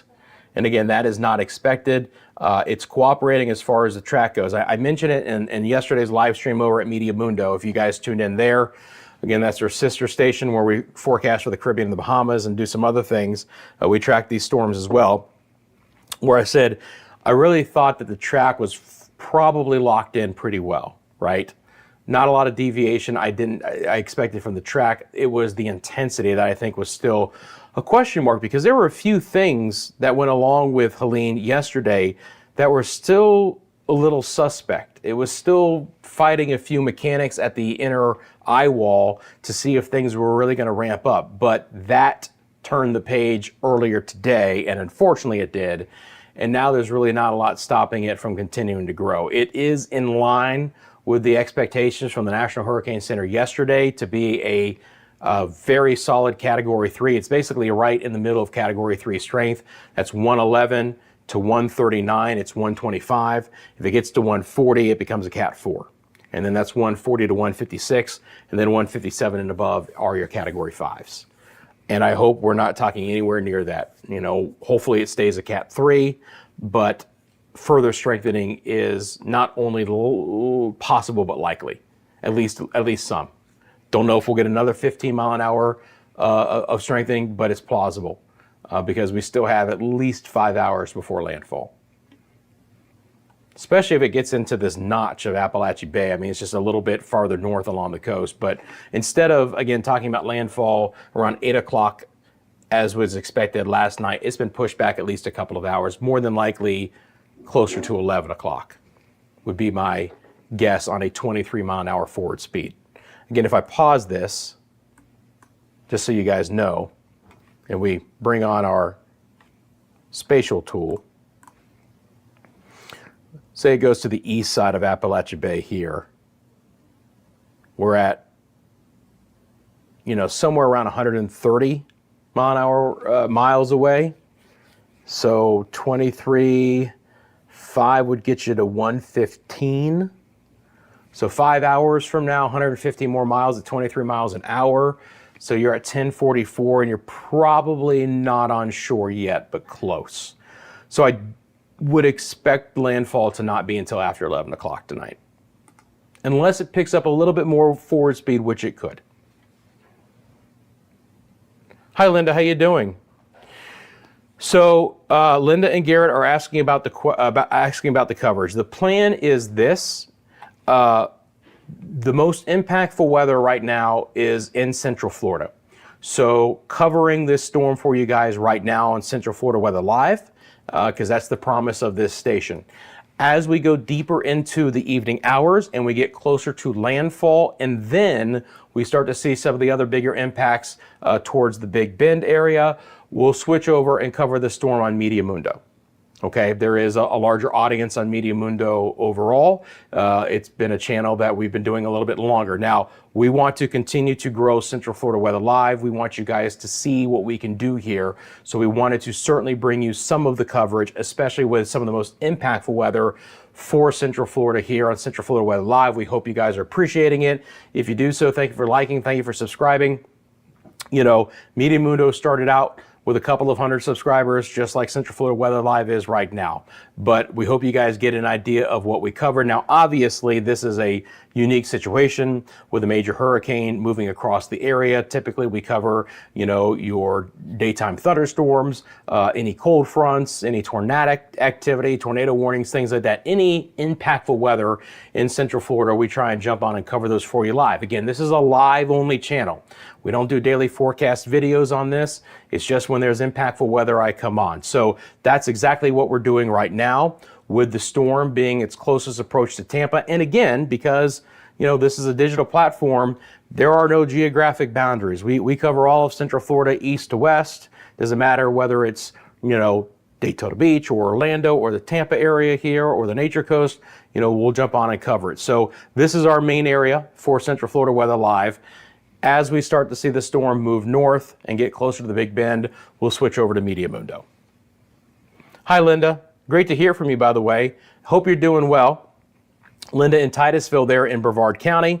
And again, on the east side of the state, they're getting good squalls, but they're much more sporadic in nature. And again, it's going to be very interesting because the more persistent, heavier bands are going to be moving, obviously lining up along the west coast, closer to the center of Helene, and then they're going to be trying to spiral inland. And one of the biggest questions even I have right now is just how deep inland do those main feeder bands go? I'm talking about the ones right now that are producing 50, 60, 65 mile an hour wind gusts, rotation with some inherent tornadic potential. Those are the ones that I'm most curious to see how deep into Central Florida they go. But even outside of that, again, we've had no real thunderstorm activity here in the last hours in Orlando, and we had a 44 mile an hour wind gust at the Executive Airport, and we had a 44, I believe, with a brief rain shower that came through Leesburg.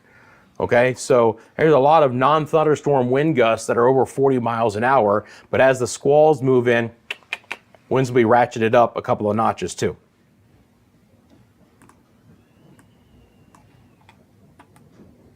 And again, I live in Central Florida. I can hear it shuddering the house. And there's no real rain right now.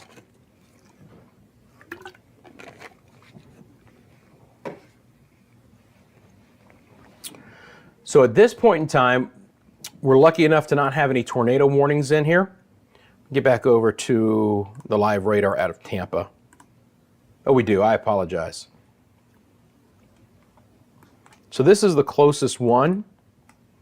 It's east of Sarasota. Let's take a look at that. It's for Hardy, Manatee, and DeSoto till 6 o'clock. Once again, you have a storm that's moving outrageously fast, moving to the north at 60 miles an hour. Radar indicated tornado has this little appendage here on the south side. You guys see that? If there is an area of concern, it would be right in this notch. Now, this is the reflectivity from the radar. I can go over to the velocity and you can clearly see. Do you see the pinks and the greens that are near each other? That's what we call a couplet. Those are winds that are going in different directions, very close to each other, so there's spin, all right? And it's not just the fact that there's rotating winds, it's the fact that we actually have some pretty decent wind speeds associated with this. We got a pretty good couplet here, guys, of about 120 miles an hour. Again, a brief funnel tornado is possible in these areas just north of Highway 70.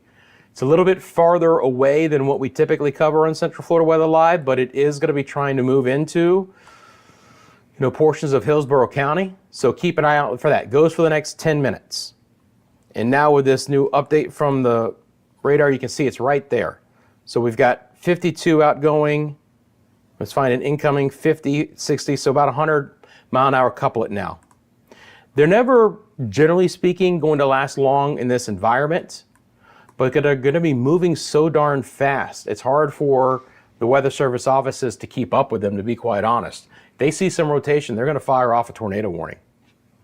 And again, this one goes for the next 9 minutes. But just other areas are going to have a lot of wind.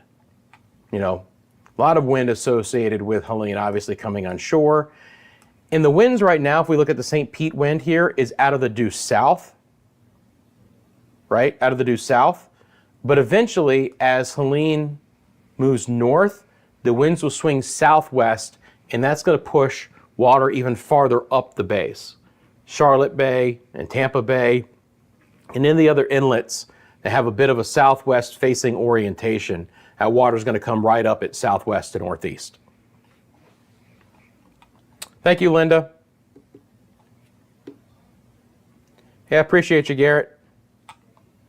Again, love your area. Love Western North Carolina. Had my grandparents had a family home up in the Cashers area, if you guys know that, and my family enjoys Banner Elk a lot too. We like to go up to Banner Elk, try and get a little bit of skiing into Beach and Sugar Mountains from time to time. We like to go in the summertime as well, though. It's just beautiful. Get away from the heat sometimes here in Florida.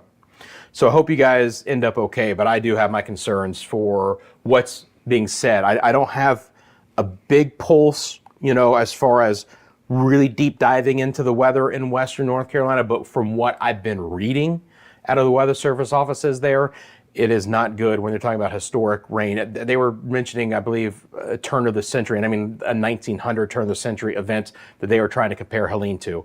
You know that's bad when they're going back in the record books more than 100 years. So, problematic. Again, we're going to keep a really close eye on this 3-meter discus buoy and how this handles. Still is reporting only wave heights of 6 feet, which to me is quite shocking, but if it can continue to report and hold together, we'll see. Pressure is at 981, so it's still 30 millibars north of where the minimal central pressure is, but there is a possibility that it clips the western eye wall as it moves up. So that's one that I'm going to keep a real close eye on. Again, that one tornado warning continues north of Flagler County. Let's go back to our cameras. Just make sure that they're up and running.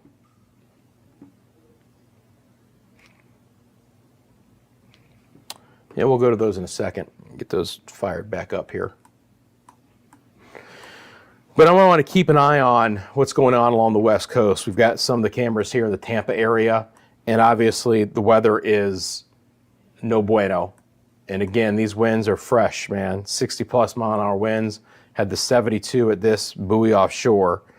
And as these storms rotate in, now you're getting these tornado warnings. And you notice it's the cells that are kind of out by themselves. It's not the ones that are all clustered up. You get one of these cells that can kind of fire away from one and have its own environment to develop in. Those are the ones that I'm most concerned about for tornadic potential. And again, these could rotate into Polk County potentially, you know, into Lake, into Sumter. We'll see if they can get into Osceola and Orange. It's a possibility. And then on the east side of the state, these cells are going to be rotating as well, and there's an opportunity for a brief water spout or funnel cloud even out of these. Now, right now, they're cooperating and trying to stay offshore, but they've also from time to time been spinning back inland along Indian River County and Brevard County and Volusia, Flagler counties as well. So kind of two different areas. And then right in between, we're doing okay in the Orlando metro area so far, but just a lot of wind, not a lot of rain, few squalls from time to time, but nothing too outrageous. Again, the storm itself, and you can see the new information at the 5 o'clock hour. If we go from the eastern eye wall to St. Pete, now we're getting around 75. Hurricane force winds extend 60, so you are getting a little bit closer to trying to push the hurricane force winds towards Tampa, but we're at 60 miles, we're right about here, and you can almost see it's this yellow here. So we do have hurricane force winds closer to St. Pete and Newport Richey and Clearwater, but more than likely, we're not going to get the sustained hurricane force winds to actually move into Pinellas County. Going to be real close. But we are also looking at the closest approach to Tampa as we speak. Okay, let's go back over to our cameras. That is the Atlanta airport, where they're still getting some flights out from time to time. This is Clearwater Beach. And obviously this is an area that is seeing some of those significant impacts there. You can obviously see that that pier is really taking it on the nose right now. That is Naples, south of Clearwater, down the coastline. Again, dark clouds, but some of the worst weather is trying to at least exit that area. Doesn't mean that they won't get more squalls, but that's a possibility. This is Crystal River in Citrus County, my hometown. Can clearly see again some fresh winds, but the worst is yet to come for coastal Citrus County. A little bit farther north, we'll keep an eye out on that one. Not exactly sure where that particular shot is out of. I believe, though, it's still near the Tampa area along the coast. But it's now pointing towards the parking lot, and I have no idea why. That is Lakeland in Polk County. Now, again, this is a camera to watch out for if some of those rotating storms start to get into Polk County, because that's where Lakeland is located. Here is the Tampa area. Again, this is an action shot. You can see those docks are holding on for dear life right now. I think you can see some submerged areas on the far left-hand side of your screen of some docks. We'll come back to that shot in a second for you here. This is Sarasota.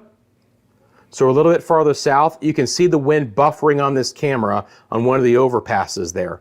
Again, there's been some winds near Sarasota of 50 to 60 miles an hour. Back out again to St. Pete Beach. And again, St. Pete Beach is getting rocked as well. And, coastal erosion, some beach erosion on the East Coast, some sand dunes. Going down back over to our shot here. Again, look at those smaller sailboats already getting churned up pretty well. Hopefully they'll hold together. Hopefully the dock will keep its integrity. You can even see that boat there that's lifted on that lift, the twin engine boat, it's getting hit pretty good.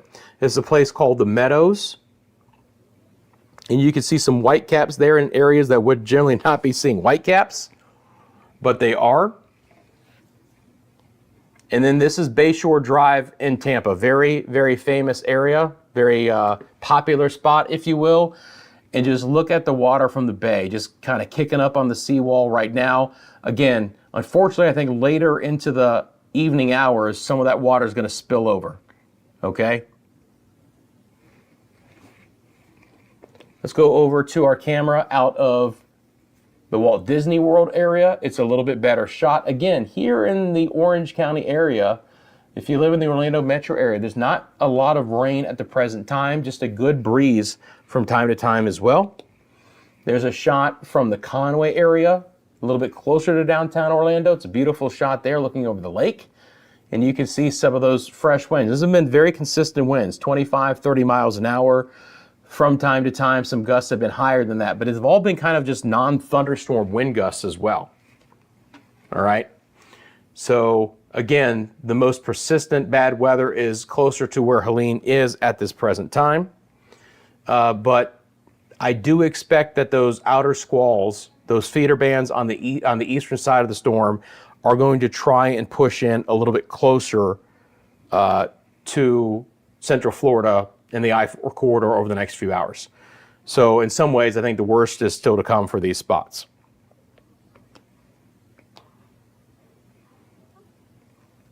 A couple of shots here. This is out of Panacea. Again, it looks like that one is frozen. And I think unfortunately here, the shots coming out of Cedar Key are frozen as well. Now, Cedar Key is an area we have to keep a really close eye on. That is a shot out of Cedar Key, but again, it does look like it's frozen at this point in time. It's actually, that camera's facing east, but again, Cedar Key is just a really small chain of islands on a peninsula which is stuck out in the Gulf of Mexico. And when you have a storm surge, it actually floods in 360 degrees. This is a shot I believe from the hotel that I have stayed out during hurricane coverage before, looking west towards Dock Street, looking west towards the Gulf of Mexico. It's the high point of the island. And it's one of the only areas that in a 15-foot storm surge is going to be okay because it's 2 stories. A couple of other 2-story buildings as well. Again, it's located a couple of streets off of the coast, but Cedar Key is an area that's going to have some very, very high water inundation. So we'll keep an eye on those cameras, and hopefully some of those will come back up. Appreciate you guys tuning in. Back over to the chat. Thank you, Linda and Garrett. First of all, thank you guys for commenting.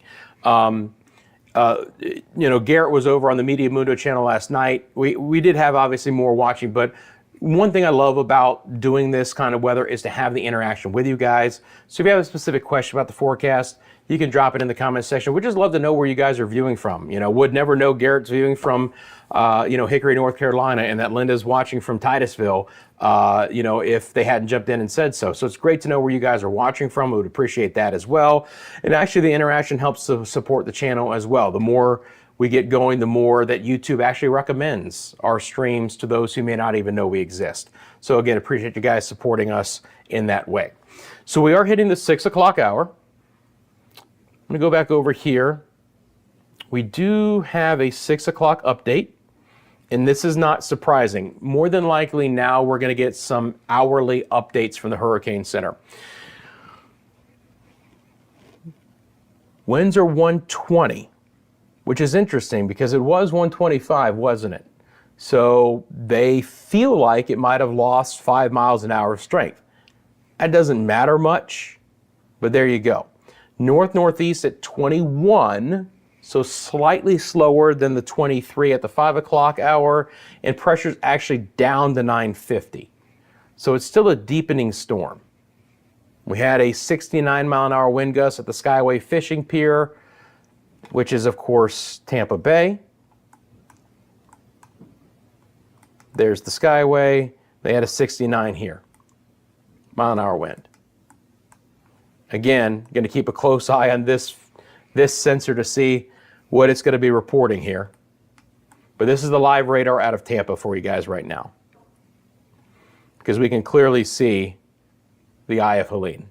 So let me just delete that real quick, and I'll put back on the new 6 o'clock numbers coming up. By the way, again, here's MCO, Orlando International, just had a 48 mile an hour wind gust. There's nothing nearby. There's no wind, or there's no rain. So very solid tropical storm winds into Orlando without any rain whatsoever. Leesburg has just reported a 51 mile an hour wind. Crescent Beach, 41. Edgewater, 35. Solid winds here, guys. Indian Harbor, 35. Palm Bay, a really solid 43. Few storms off the Brevard County coastline, but nothing over I-95, but still some really gusty winds. Obviously, they're stronger here, where the heaviest rain is still falling. Got to also watch out for the potential for some flooding in these spots as well. Just going to take off the radar really briefly, bring on the advisories here. And you can just see how covered up we are. You know, flood watches, I don't see any warnings at this point in time. That's good news so far. Obviously, you got a storm surge warning here as well. So if I click on this, we can actually look at these too. And so the storm surge warning for the Tampa Bay area reads like this, 8 to 12 feet, which is higher than what it was. I want to be clear. 8 to 12 feet. And that's coastal Hernando County, by the way. So you've got Pinellas and you've got Hernando. Let's see about Pinellas County.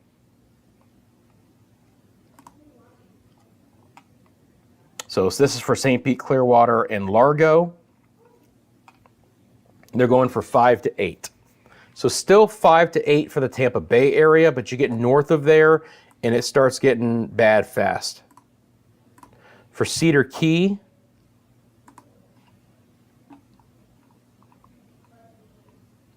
it's 10 to 15 feet.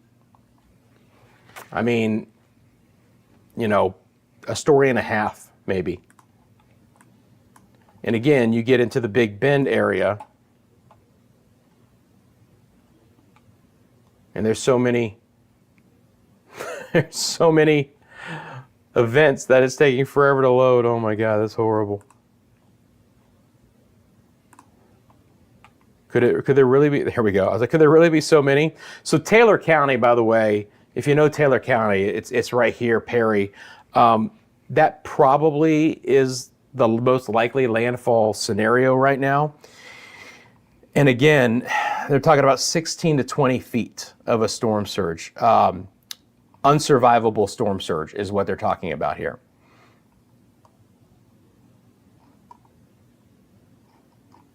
So it's super, super significant. Obviously the hurricane warning's up. Winds are greater than 110, but probably even higher than that. So just to get you an idea again, and yeah, those are, oh, okay. Just want to make sure there wasn't anything new here.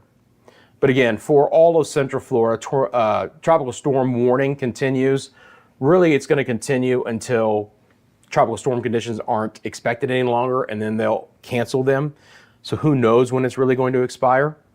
Tornado watch does go until 8 o'clock. Again, it's not going to surprise me if that tornado watch, which includes everyone, by the way, is extended in time, because we're less than 2 hours away and there's still an inherent tornado threat coming up as Helene moves up the coast, paralleling it, and then the flood watch until 8 a.m. tomorrow. So far, we've avoided enough rain for any flood issues. But again, there is no tornado watch for the Miami area, but all of this magenta that's highlighting for you, these are tornado watches. Oh, it's not just Central Florida. It's Northeast Florida, portions of the Panhandle, South Georgia, Southeast Georgia, and portions of South Carolina as well. And then you've got a tornado warning outside of the tornado watches. That's how expansive Helene is, guys. Such a massive storm, not only in strength, but in size. Historic in some ways. Bring back up the Tampa radar here. We'll drop off this watch. Still going to keep an eye out here. It reported at 5:20, so it's been 40 minutes since we've gotten a report out of this thing. I hope it's hanging on.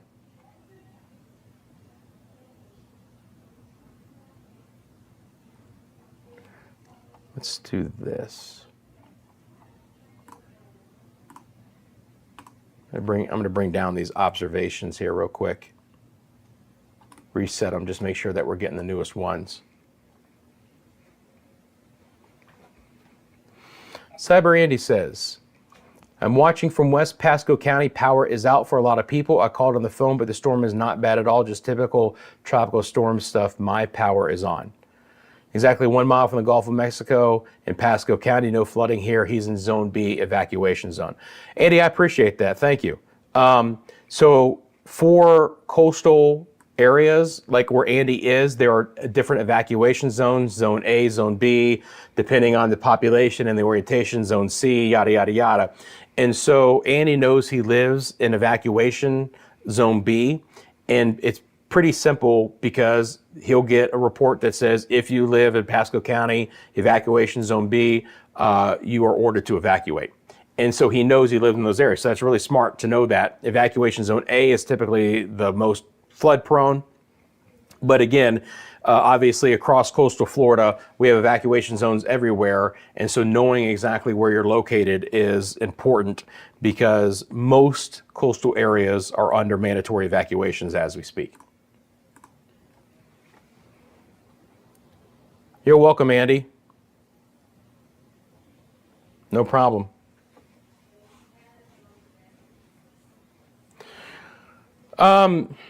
YouTube Streets and Water for Lakes, thank you for tuning in. Judy from Groveland, thank you very much. Appreciate you guys dropping in and saying hi and tuning in.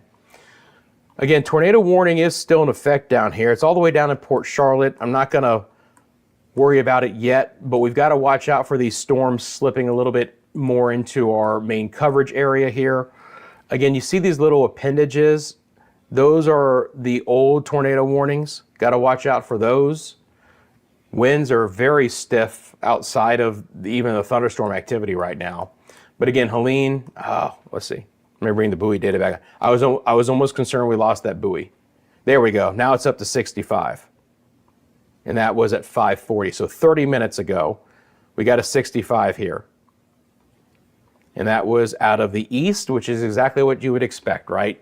East winds here, spinning back around. But clearly, the eye of Helene is visible here from the Tampa radar.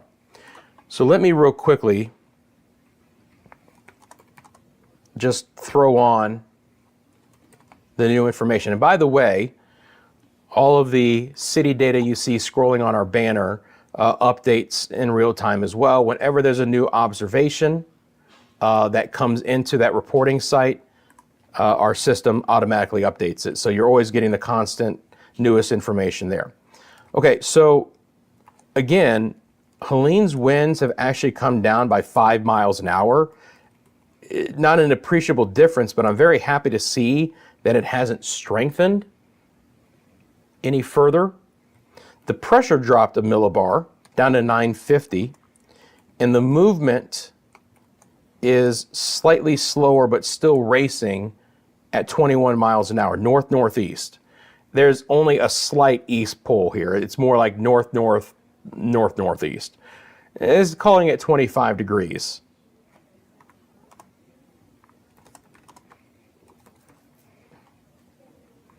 Okay, so let's get this up at the top of the screen and locked in.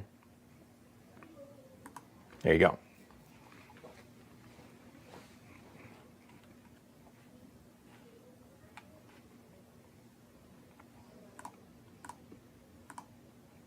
Bring up the velocity here. And again, this is just the winds within the storms.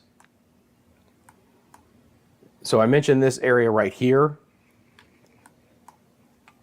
Not a couplet anymore, but certainly some significant winds. And you can see these winds are picking up here too. And then just these brighter fuchsias, they might be unidirectional winds, or they're going in a straight line, they're going in one direction, they're not rotating. But these are bright, bright pinks, which indicate winds that are exceptionally strong. Right?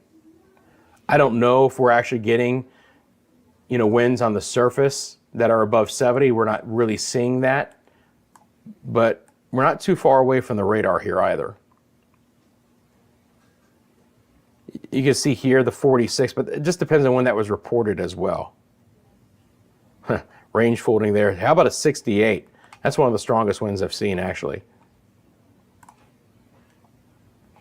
Let me get rid of that. So I was at 553 just 20 minutes ago. 36 mile an hour wind gusting to 68 out of the southeast there in Pinellas County.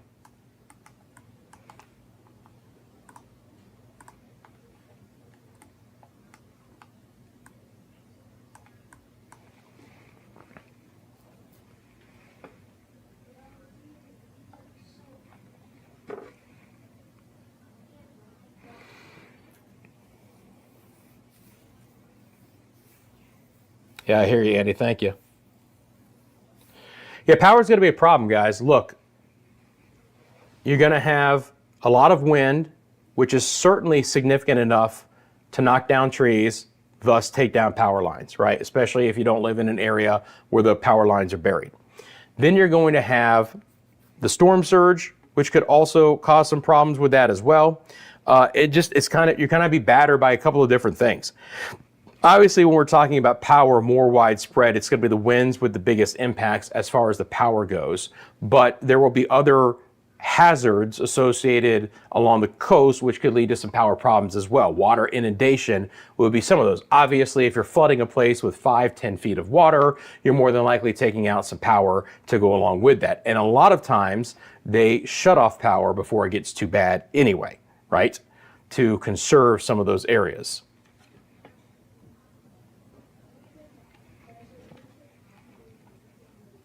Still have this 72 from the offshore buoy. Again, this one, I'll be very curious to see how well it survives. 48 there in Orlando.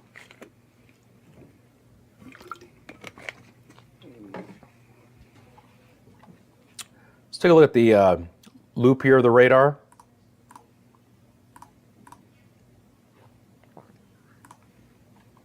Now that this is close enough, we have this composite which allows us to see the full loop. Again, if you're just tuning in, earlier this morning, it was trying to look apparent that it was slightly jogging east, but more than anything, it was just that the center of circulation was actually on the western side of this eye. It's easiest to bring this back here. This is actually great to see.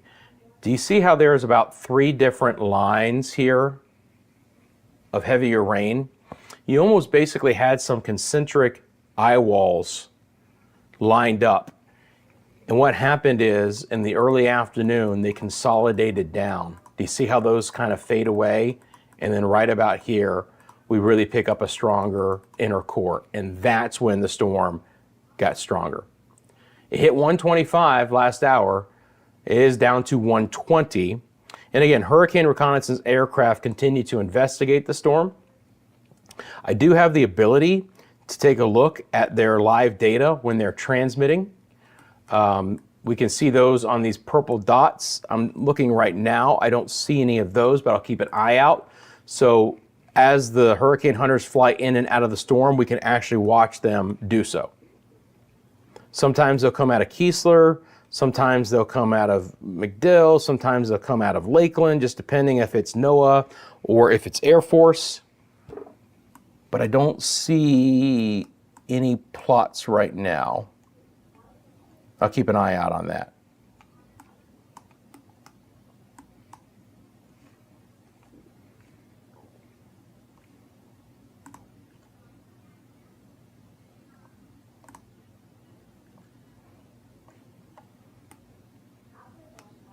Again, you can just see it all swinging in. So we'll see how deep into Central Florida these squalls get.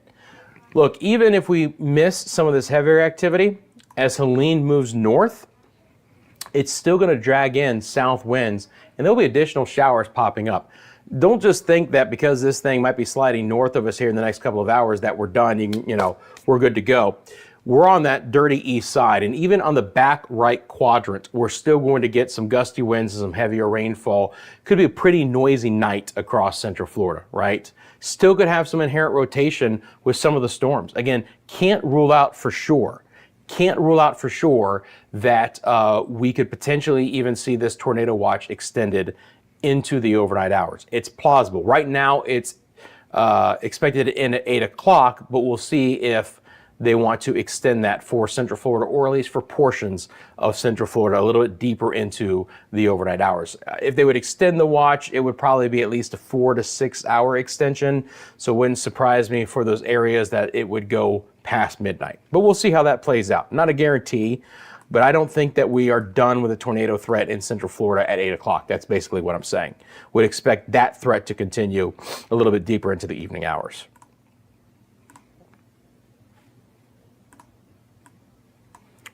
Let's get back over to the live radar here. Okay, just going to check this storm. Still goes for another 26 minutes. Keep an eye out for that one.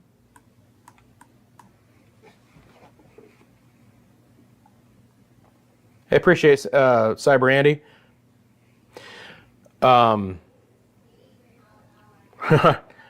understand, man. Listen, a lot of expense was put into this that we're doing. We're trying to make this look as professional as possible.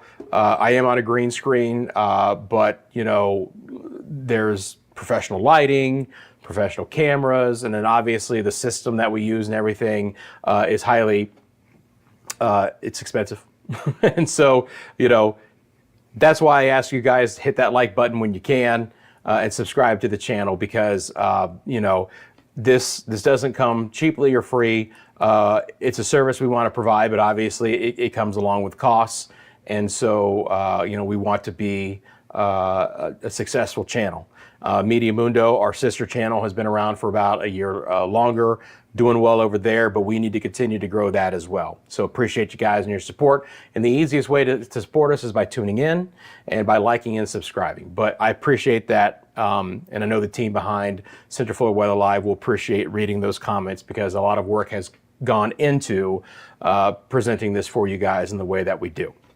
And I love the system that I have here and the ability to track these storms in real time, which is why we can do a channel like Central Florida Weather Live, which is a live only channel. Again, we come on when storms are happening here across Central Florida. Obviously, this is a peak event when we're talking about a major hurricane that's a little less than 100 miles off of the coast of St. Petersburg. And again, direct impacts to our area here. So we'll be monitoring that for you. Let's go back over to our cameras. Couple of spots here. Again, just want to see if we can't get some of these to come back up.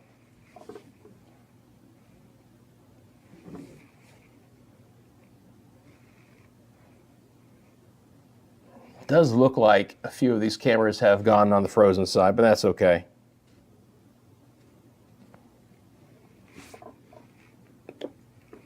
Again, back over to the Magic Kingdom shot. We're doing okay so far. Haven't had a ton of wind here in Central Florida so far, as of yet. Would have expected a little bit more, to be honest, but again, I still caveat that by I believe the worst is still to come. I really do. Because that south wind on the kind of as Helene parallels Orlando and then moves north should drag in these squalls a little bit closer and deeper into the I-4 corridor. Couple of shots here and there.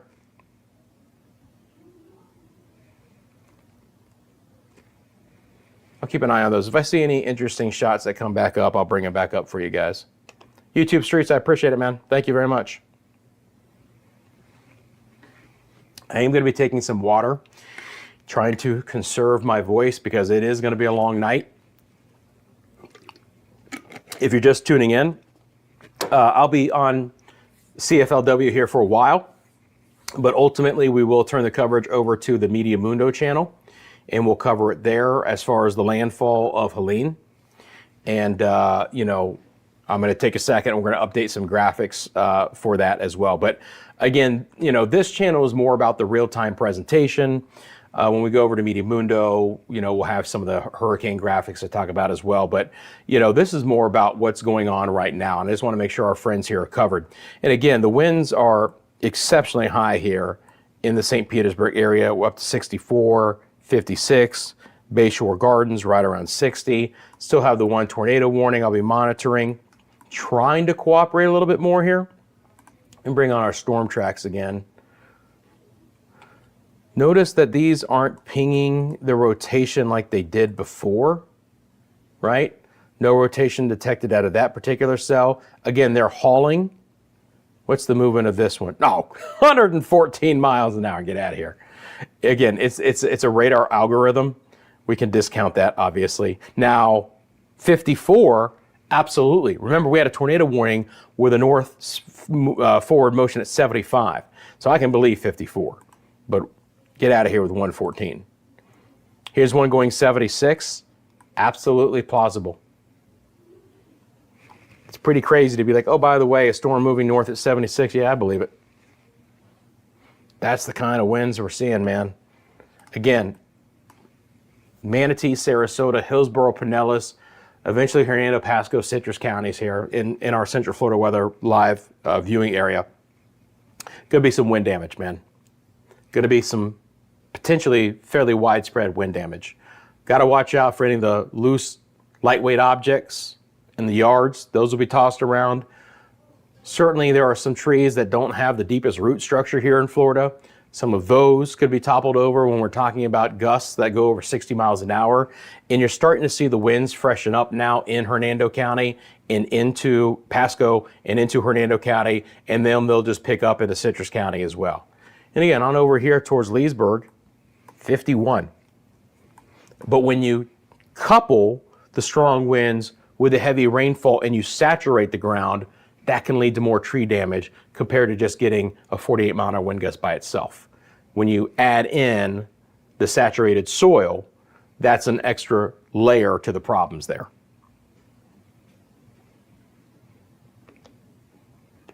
Couple of shots here again. That's the coastline near Tampa. I don't know why they turned that camera down. This is Lakeland. I know there doesn't look to be much here right now, but again, the outer bands, the ones that have had the tornado warnings, are beginning to feed into western Polk County, and that's where Lakeland is. And so we got to watch that. Again, this is the action shot here. You can see that the boats on the lifts are getting tossed around a little bit. You can obviously see that the smaller vessels are taking it on the chin right now. Let's hope that those docks and the moorings can really stay together. Again, lost that particular camera. We've just got a plethora to kind of rotate through here as well. We're going to take a look now. Let me switch over to St. Pete Beach. And you can now see that the winds are coming directly out of the west and pushing that rain right on the lens there, facing west. Obviously, the winds are coming from west to east. And again, back over to this camera, it's just an interesting one to see. Hopefully, again, you know, the storm surge has really yet to hit these areas. There's been some water inundation. You know, I was looking at some reports earlier, Naples and Fort Myers and the Gulfport area and portions of St. Pete Beach have all had some water already. This is the Meadows. Again, white caps on areas that there shouldn't be white caps. Did it just go to a 4, Sharon? Is that what you're saying? And then this is Bayshore Boulevard, very well-known area of Tampa, right on Tampa Bay. That seawall trying to hold back the water is getting hit hard. All right.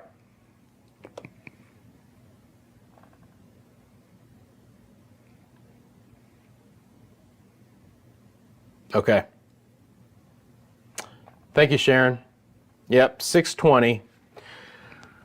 So they just made it a 130 and the pressure down to 947. So they've got to have reconnaissance aircraft in here.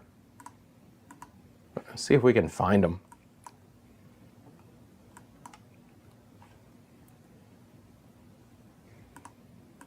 Sometimes my system can, you know, if you guys have ever watched any of this stuff over at Media Mundo, sometimes I can pick it up, sometimes they're not transmitting where I can. But anyway, thank you, Sharon. We've got ourselves a Cat 4. So goodbye. As of 6:20, I'm just going to leave this 6 o'clock up there. But winds are now 130, and that is a minimal Cat 4. Sadly to say, it was probably expected. I don't like to see that it's happened probably 5 hours from landfall, but there you go. Pressure is down to 947. And moving north-northeast at 23. For some reason, they are going back and forth between 21 and 23 mile an hour forward speed. But it's a fast-moving major hurricane. Okay. Let's get that up at the top of the screen for everyone. And I'll just read it out real quick. NOAA Hurricane Hunter aircraft currently investigating Helene recently found the maximum sustained winds have increased to 130. That's 215 kilometers. And the minimal central pressure is down to 947. That's 27.96 inches. That's based on drop zone data. Again, they fly in and out of the storm. They do these zigzag patterns, these predetermined patterns, go through the eye wall, go through all 4 quadrants, and they're dropping literally at the bottom of the plane. They've got a tube, and they're dropping these tubular drop zones, which have a ton of weather data and sensors. And as it falls through into the sea, they take measurements, and then they extrapolate sometimes the surface winds, but obviously the drop zone going all the way down to the surface, that data is reported back to them. So they've got 947 and 130 now based on some of those measurements. And that's why getting reconnaissance aircraft to investigate these storms, especially near landfall, is vital, right? Because without the hurricane hunters and their data, we wouldn't have had that update. All right, we'd still be at 120 and a pressure of 950. So they play a very vital role in us being able to report, you know, what's going on in real time. Again, that sensor is 67. That last report was a half hour ago. It will be going up just going to take that, just take the buoy data off. Sometimes if I just drop that layer for a half second and then bring it back on, it can fire up a new observation, but that one is only a half hour old. Notice the pressure there is down to 974, but that's still 27 millibars lower than the actual lowest pressure located within Helene. Again, these tornado warnings down in Port Charlotte. Again, notice again that the rotating storms are south and east of the center. This is why I'm saying that even when Helene gets up to here, the weather could be the worst that we could see for Central Florida. And obviously, even when we switch over to Media Mundo, we'll be covering Central Florida as well. We get tornado warnings, we'll cover those. We're just going to be covering things in real time as well. A little bit different perspective overall, but we're going to be covering, you know, the here and the now, and especially any kind of tornado warnings too. Yeah, it's not good, man. Again, does this show the sea surface temperature here? It shows a water temperature of 82, but that's probably because it's been pouring rain. The water temperature is in this loop, a warm water loop here on the northeast side of the Gulf, are running somewhere in the upper 80s to 90 degrees Fahrenheit. And there's a quality depth of that kind of inherent. And look at this. You don't want to see that. Lightning at the eye. Yet another sign of potential further strengthening. When you start getting thunderstorm activity at that eye, inner eye wall, the core, this thing could just be trying to blow up, man. It's already, quote unquote, rapidly intensified because we were, what, 85? And within 24 hours, we're up to 130. So we've gone up 45 miles an hour. So we have hit the rapid intensification index quota, if you will, for rapid intensification. 45 mile an hour increase in max winds in less than 24 hours. That's significant. Again, appreciate you guys tuning in. Rusty McCranie here, Central Florida Weather Live, covering Major Hurricane Helene. As of a update special from the Hurricane Center just 12 minutes ago at 6:20, Helene is now a Category 4 hurricane. Maximum winds are now 130 miles an hour. Pressure is down to 947 millibars. It is a fast-moving major hurricane, moving north-northeast at 23 miles an hour. You can see the cone of uncertainty, but it's a narrow one.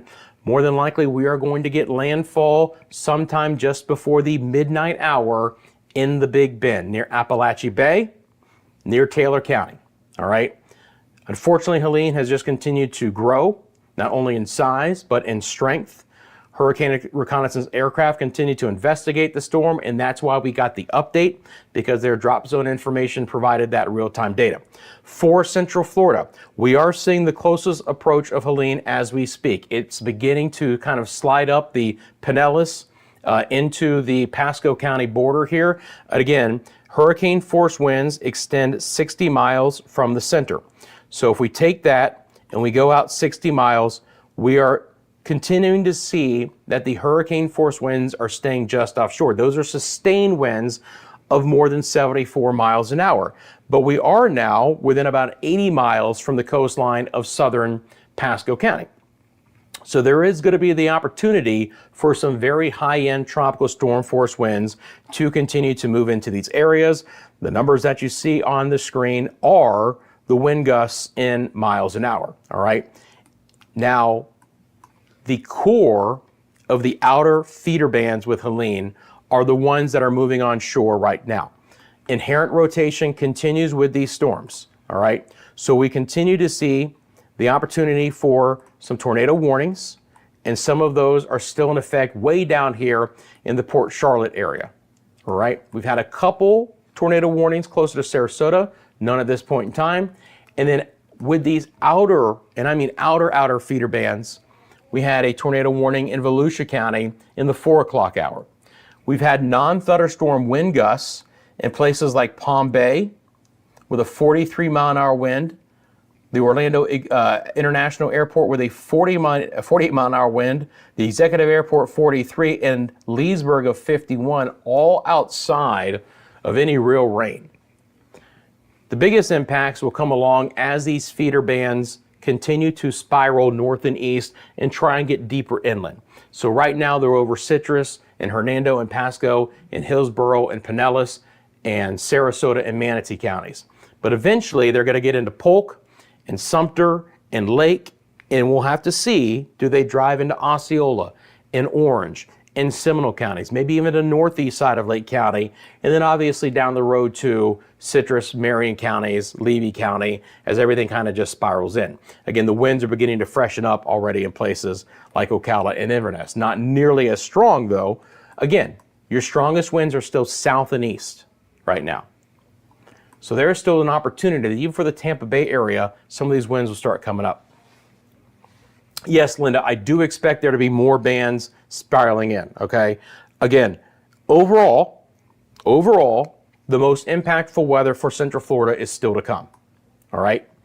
More than likely, we're gonna get more persistent and stronger feeder bands starting now through the evening hours. There is a tornado watch that is in effect until 8 o'clock. That is all of this highlighting fuchsia that you see. It includes all of our Central Florida Weather Live viewing area. It's not just us. These tornado watches go all the way into South Carolina. This is how widespread and impactful Helene is going to be. Now, this watch goes until 8 o'clock. In my opinion, the tornado threat will probably last beyond that. So it's not going to surprise me if the tornado watch is extended for Central Florida beyond 8 p.m. We'll see how that plays out, okay? Again, if I bring that up, one of the other great things, so they did update it at 6:23. Let's see if they said anything interesting here. It's just a lot of locations. Still till 8 o'clock, we'll see. If they extend it, they typically wait close to the expiration time. They don't wait right until 8 o'clock. We typically end up get the update 7:30, 7:45-ish that says, hey, by the way, we're gonna go ahead and extend this. The other thing that they might do, by the way, is chop off certain counties. It may not be the exact same spots that would be under the new tornado watch. So that could be another situation as well. But I fully expect these storms to continue to rotate as they come on shore. If I bring up the velocity again, there's just inherently strong winds to begin with, right? But some of this has some rotation to it. Looking for the reds and the greens close to each other here. The fuchsias and the brighter greens are even stronger winds. Nothing is outrageous right now. Everything relatively cooperating. You can see here in Port Charlotte, do you see these fuchsias and brighter greens close to each other? That's what we call a couplet. That's where the rotation is within that cell. Actually, for Tampa St. Pete and my friends who were watching when we came on at the 4 o'clock hour will note that there was actually even more indications from our radar algorithms that there was even more rotations with the storms a couple of hours ago. But we still have some of that. It can't just be 67 at that buoy anymore, right? It has to be stronger than that by now. I'm not sure that this thing is transmitting. It's getting into the northern eye wall. 6 o'clock is still the last report. We'll see. You can try, Hollow Man. I'll help you if you want me to. I think we all have to focus our energy, though.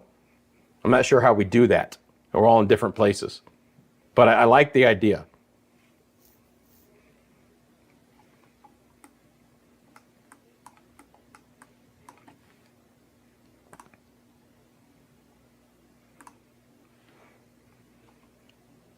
So it really is some pretty solid wind gusts here, even outside of it, outside of the actual storms. Let's go back over to some of the views.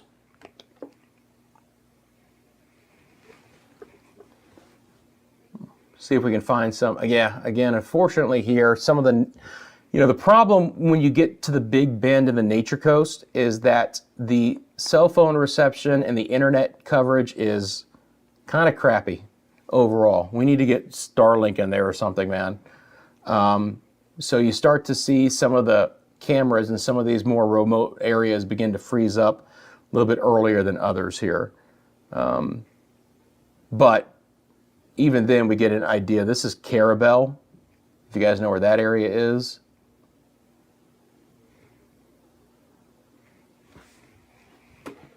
We'll get back to those. Again, this is 1 mile away from the Magic Kingdom, Walt Disney World. Good solid wind, but still relatively dry. Conway near downtown Orlando. Beautiful shot. Overcast, breeze. But relatively speaking, we haven't had a lot of rain so far in Metro Orlando. If we want to talk about that real quick, probably the easiest way for me to do this is to swing over to this project. By the way, you see that yellow area? It's not a thing yet, but the Hurricane Center is like, oh, it could be an area of low pressure in the Western Caribbean here in the next few days as well. 20% chance right now, but yeah, that's a possibility.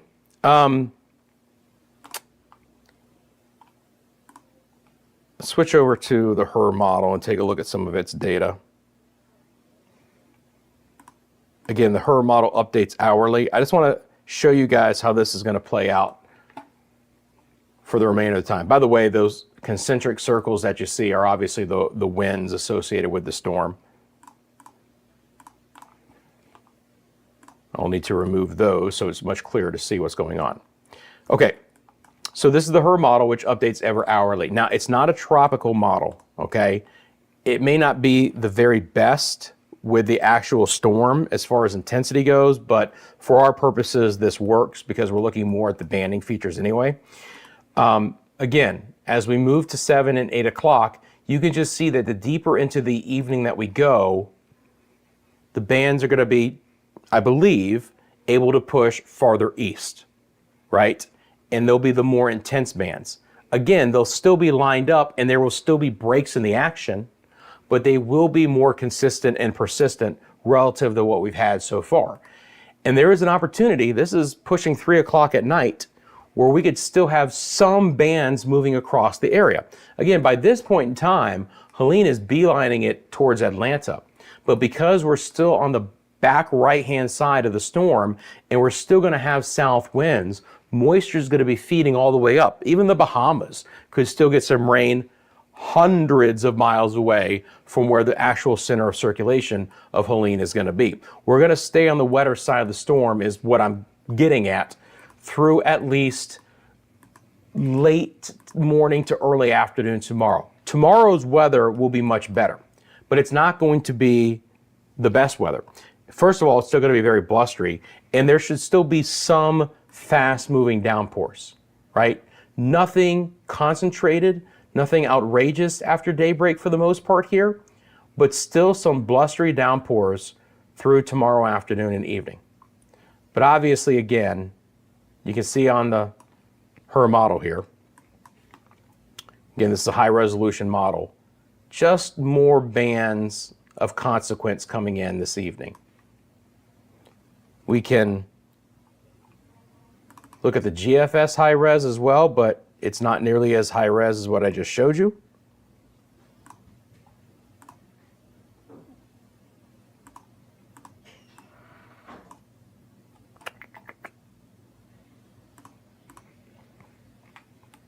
But you can get the overall idea. Oh, my bad.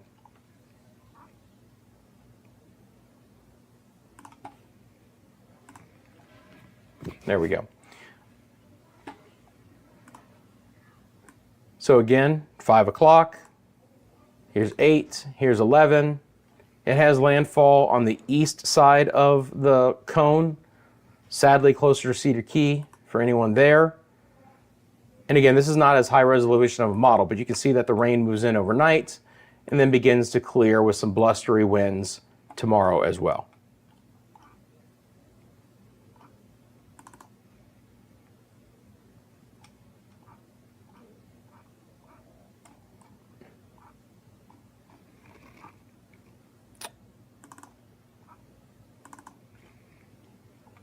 This is another one called the WRAP model.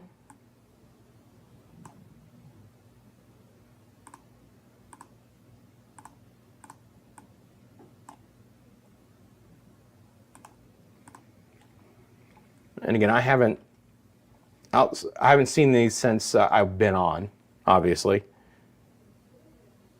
But it's about the same as well, right?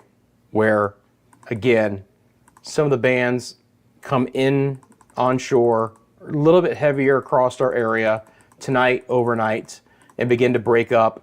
What's going to be happening is dry air will begin to entrain into the storm tomorrow. But if you guys are veterans of hurricanes, you know that the day after, some of the winds can be just as strong as what we're seeing with the actual storm.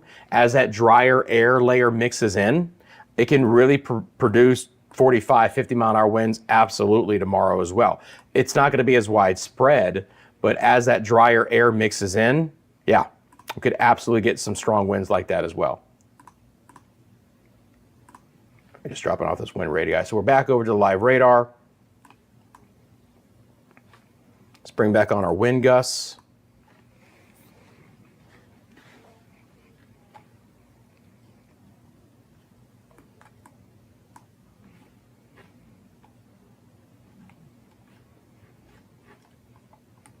See if this buoy is holding on. All right, there we go. It's up to 82 now. And when did it check in? Right at, well, it may not have been exactly at 6. Pressure at 974, which again is still 27 above. Notice that the wave height is up to 8 feet, but man, I would expect it to be higher than that, to be honest, too. It is probably an older observation. But so now we have, again, 82 there, but probably a little low. You know what? That's the temperature. I'm sorry. Still 67. It was extremely plausible for that to be 82.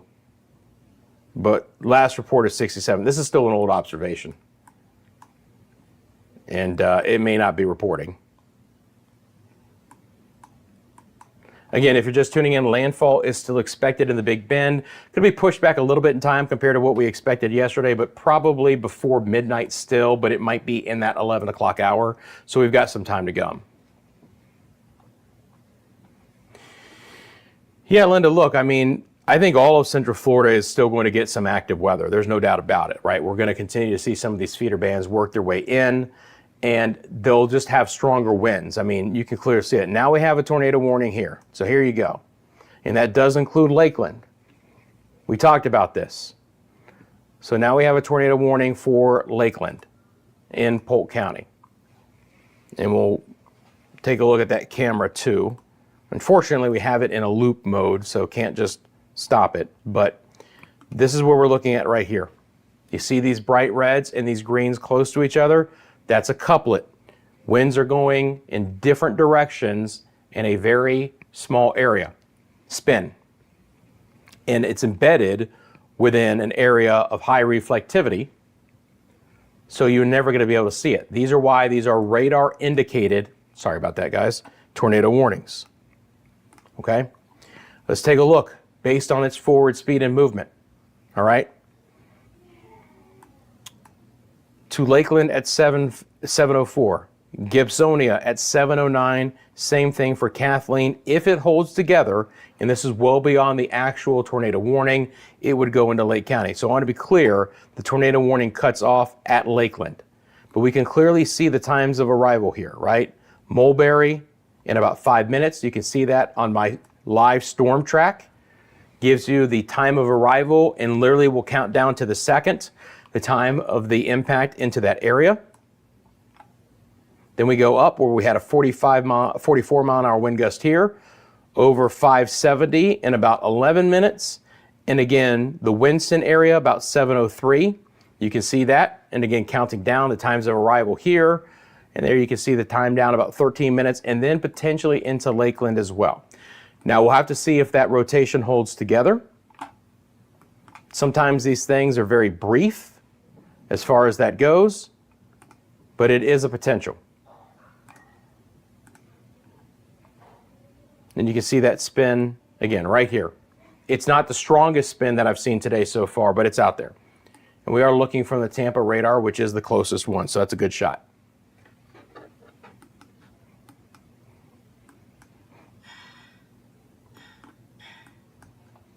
Let's take a look at the actual information from the warning itself.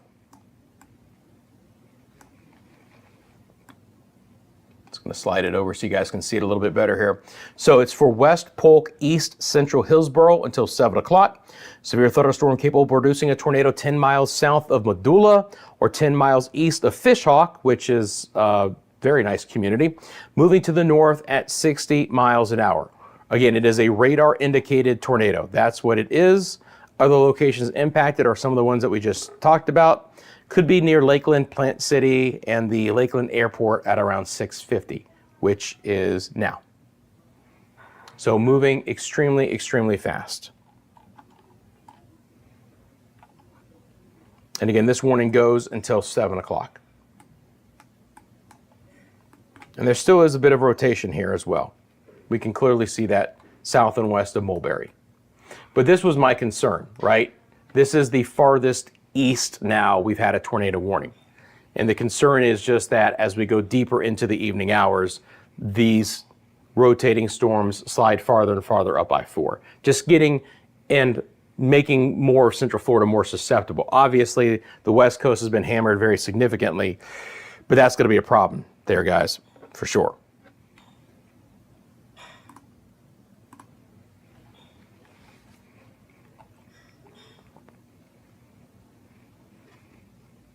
Let's go back to some of these cameras.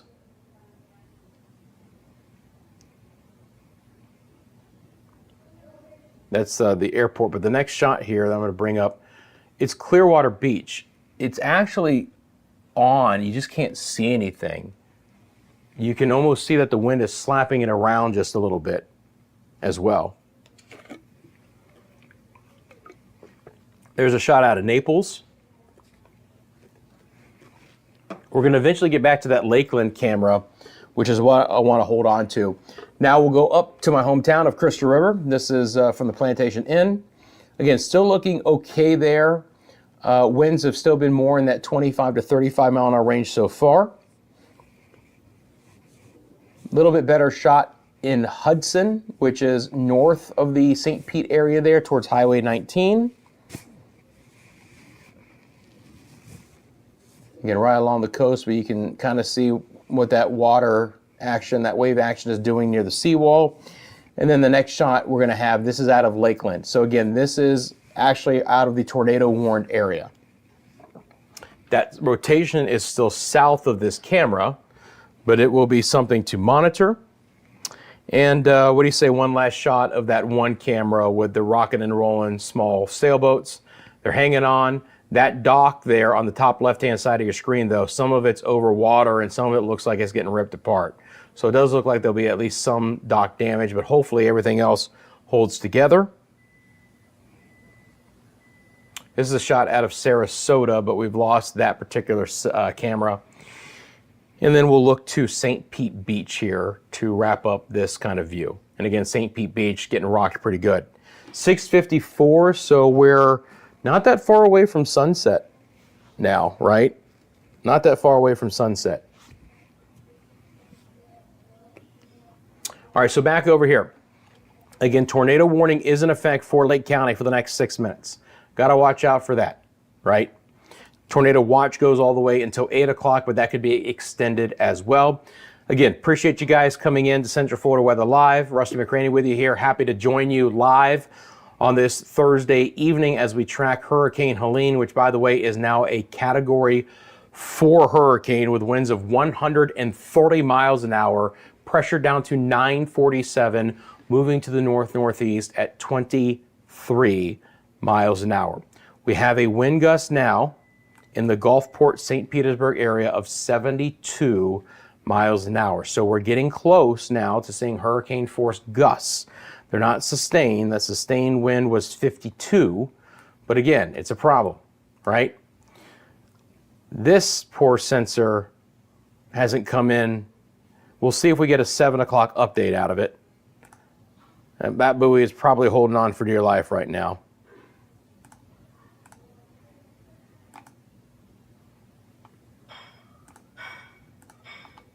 Yep, no new report there. Hopefully we'll get one at 7 o'clock if nothing else. Look at that. We have a 53 there. Now, how about that? Cape Canaveral, 642. So just 13 minutes ago, well away from most of the storms, has a 53 mile an hour wind gust. Let's go back over to this tornado warning. Let's go back over to the velocity here.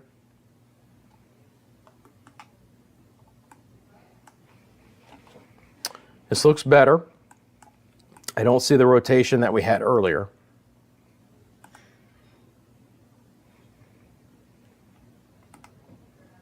Yeah, again, just looking at the track and the times. The area of concern will be into Lakeland in the next 8 minutes. The tornado warning itself only goes for 4. So I do believe that that rotation has weakened. Based on what I'm seeing right now, I would expect them to expire the tornado warning at the top of the hour, but we'll see. Never like to speak in absolutes. Still have the tornado warning down in Port Charlotte as well. Switch over, by the way, to the Melbourne radar, just to talk about these storms along the East Coast. That was that little cell that prompted the 53 mile an hour wind gust there at the Cape. But most of that is offshore. This is a little bit different view here from the other side of the state, basically from the Melbourne radar. But again, a lot of non-thunderstorm wind gusts well over 40 miles an hour. But you get the idea, guys, that all of this is trying to eke up I-4 and a little bit deeper into Central Florida.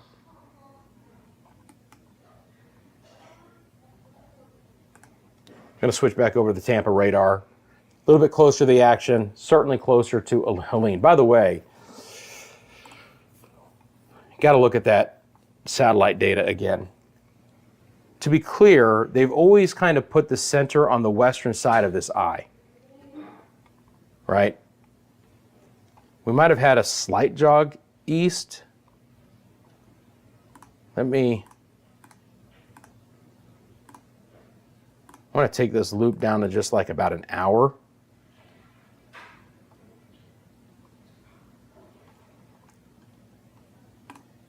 See what we got. It's always been on the right side of the cone, the last one. Oh, man. Just look at it, guys. No bueno. It's a monster. In size and intensity, man.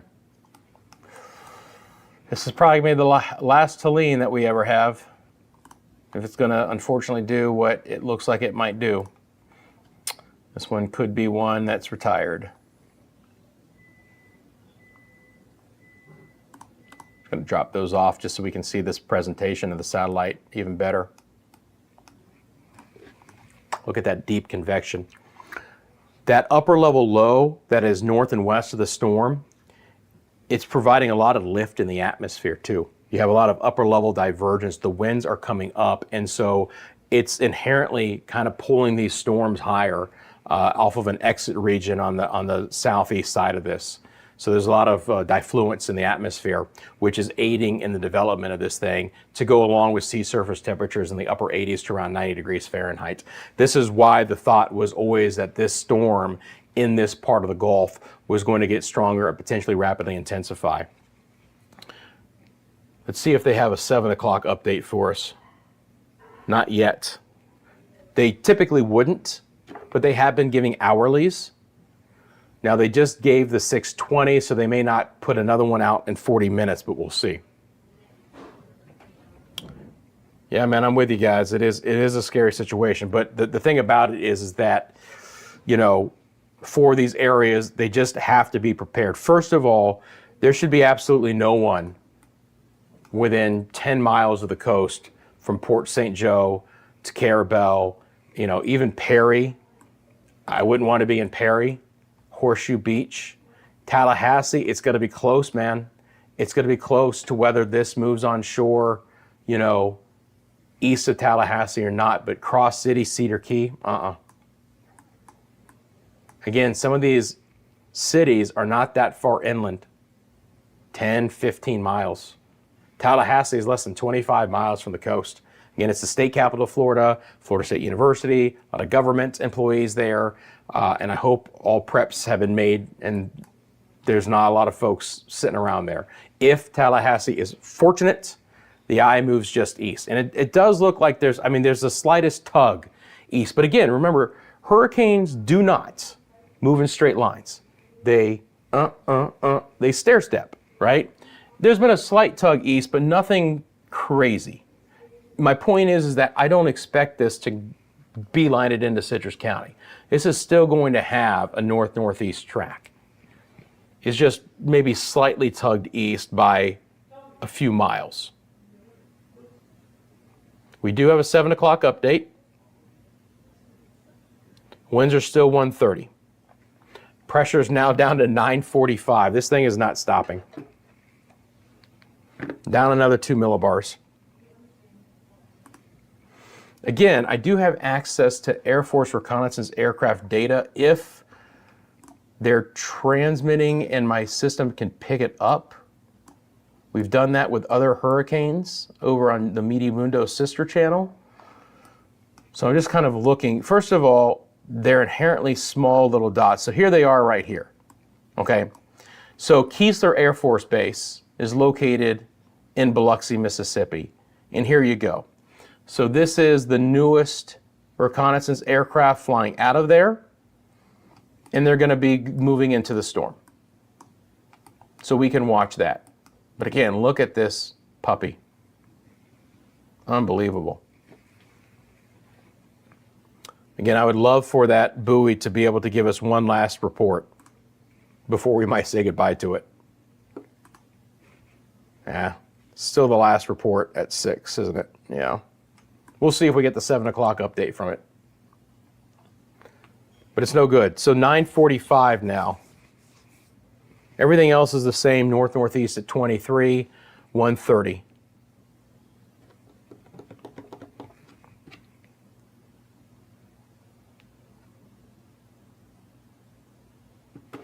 We'll go back to our cameras because we're losing daylight here.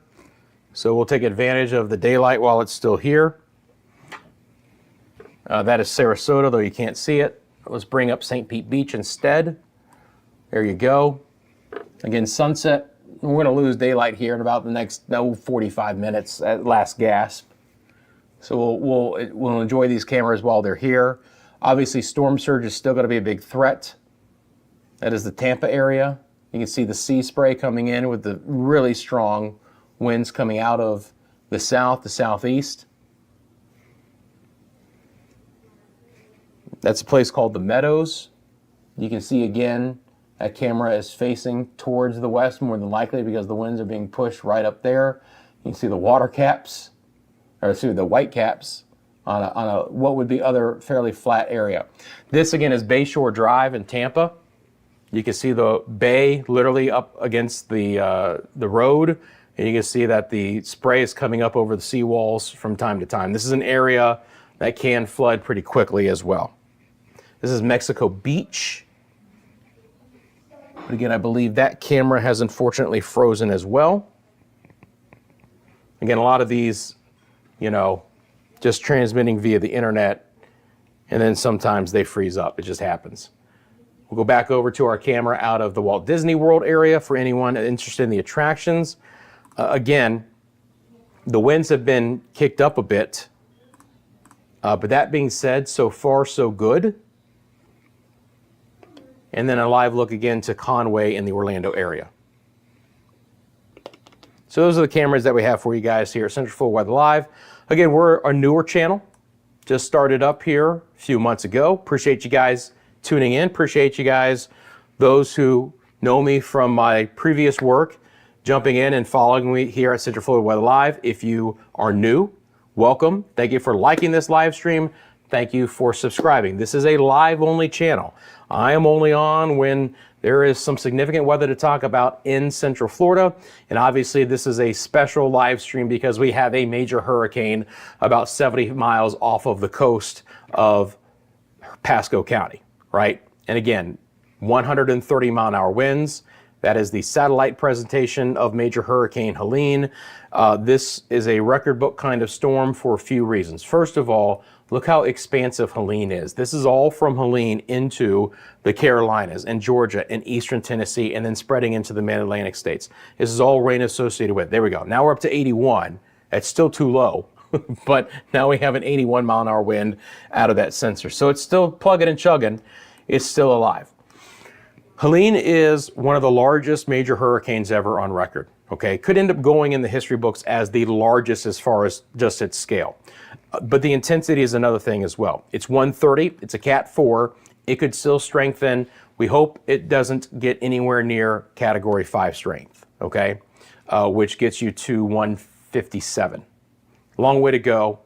Hopefully we don't get there. Hopefully we'll run out of time. But the other big story is the storm surge. Again, Taylor County, the Big Bend, back over towards Cedar Key, a 15 to 20 foot storm surge is likely. They are using the terminology unsurvivable, and you can understand why when 15 to 20 feet of water is expected to inundate those areas. But even as far south as Tampa Bay, they're expecting a 5 to 8 foot storm surge. All right.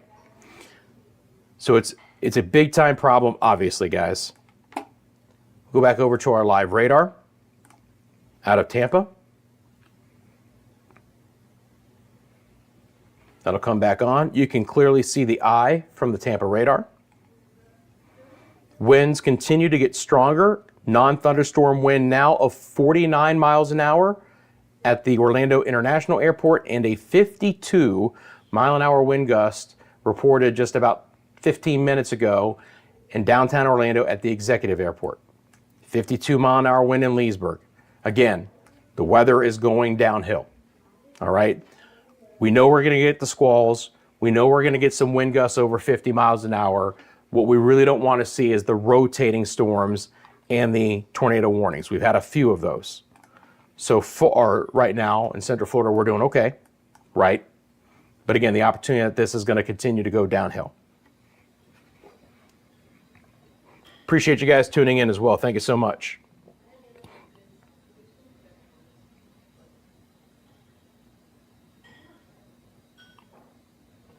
Yeah, I wouldn't want to be in Perry, Garrett. I mean, you know, look, we've got some trained storm chasers who are there, you know, folks who are, you know, monitoring this storm. But as this comes on shore, right now you're fine, but as this comes on shore, I wouldn't want to be near there. I mean, again, the amount of water that this is going to push up, the video, the pictures that we're going to see tomorrow out of this area is going to be heartbreaking.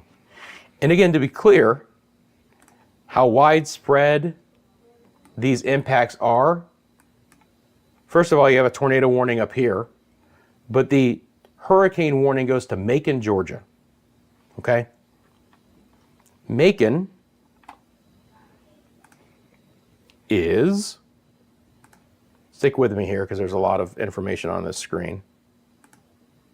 See if I can draw it. All right, hang on. Too much going on this screen, so let me take those off.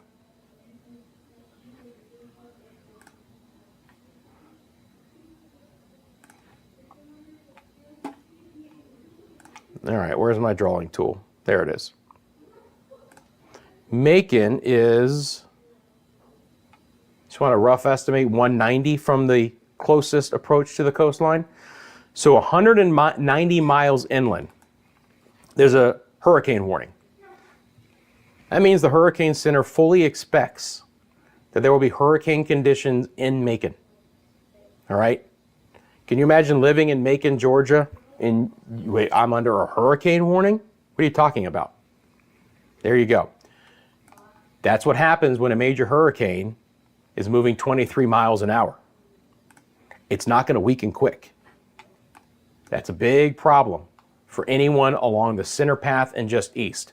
That's why it's going to be very interesting to see what happens in Tallahassee, less than 25 miles from the coast. Right now, it appears to me that Tallahassee will be on the west side of the eye, which would be really good news for them and not get the strongest winds. But places like Perry and Mayo and Brantford and Live Oak, Cross City and Chiefland, obviously Horseshoe Beach and Cedar Key. The devastation from the storm surge could be catastrophic, or more than likely will be catastrophic. Don't think there's a lot of wiggle room now, unfortunately. And again, I'll bring back on that cone so you can see as of the last full update, which was 5 o'clock. But more and more winds are picking up. We're now up to a 70 here, 71. So now in Pinellas County, you're pushing hurricane force gusts. Not sustained, but strong enough. Sustained winds. I think we had a 60 here sustained for a time. That was 51. We're back to 56 now, but I think we had a 60 sustained. But gusts of near hurricane force.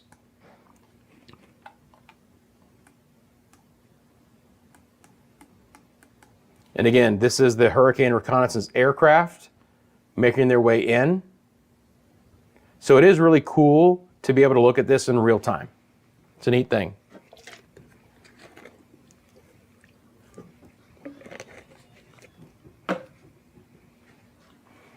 I mean, I can hear the wind buffering off the house right now. And I think a lot of folks in Central Florida are hearing the same kinds of noises. Now the problem is we're going to lose daylight. It gets dark, and now it's kind of like a horror movie, right?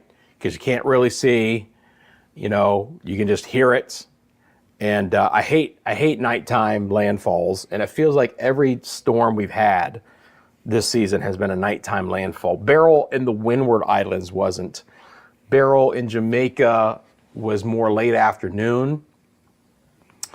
But then the Yucatan, the Cayman Islands, it was nighttime landfall. It was like early overnight in Texas. And then Debbie and Francine were, late too. Francine wasn't the worst. It was more evening. But this is going to be a very late evening, midnight kind of landfall here. It is moving. It is trucking though. I will say that. If we look at if we say landfall is right about here now, which is plausible. We are now within about 80 miles, so we could be getting, again, if it doesn't move up here, the coastline is closer here.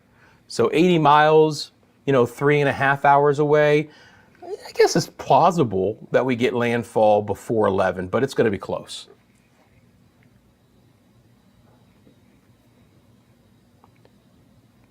Hi, Affectionate Beach Yoga. You're welcome.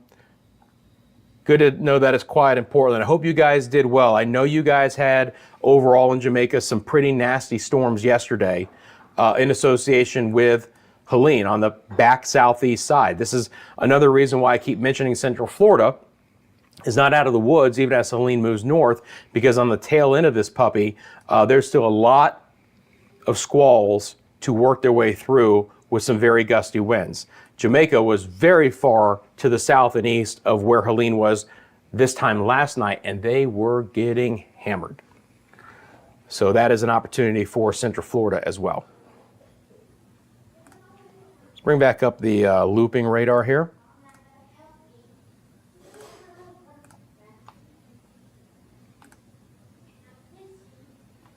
Again, there we go, 94 now. Our sensor's hanging on there, and they've got a 94 mile an hour wind. That was at 6:50, so 25 minutes ago. That makes more sense. Now that sensor is going to be on the western side of the eye, but again, sustained winds were 130. So if this thing is still reporting, it should go over 100 eventually, if it does. So it was on the western eye wall.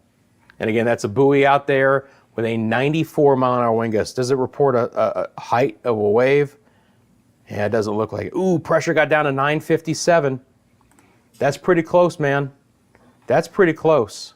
Let's go to the tail end here. So the minimal central pressure for the Hurricane Center is 947. This buoy had a 957. A dew point of 108. Well, that's wrong. But wow. Okay. So there you go. And the hurricane hunters are just entering the northwest side of the storm.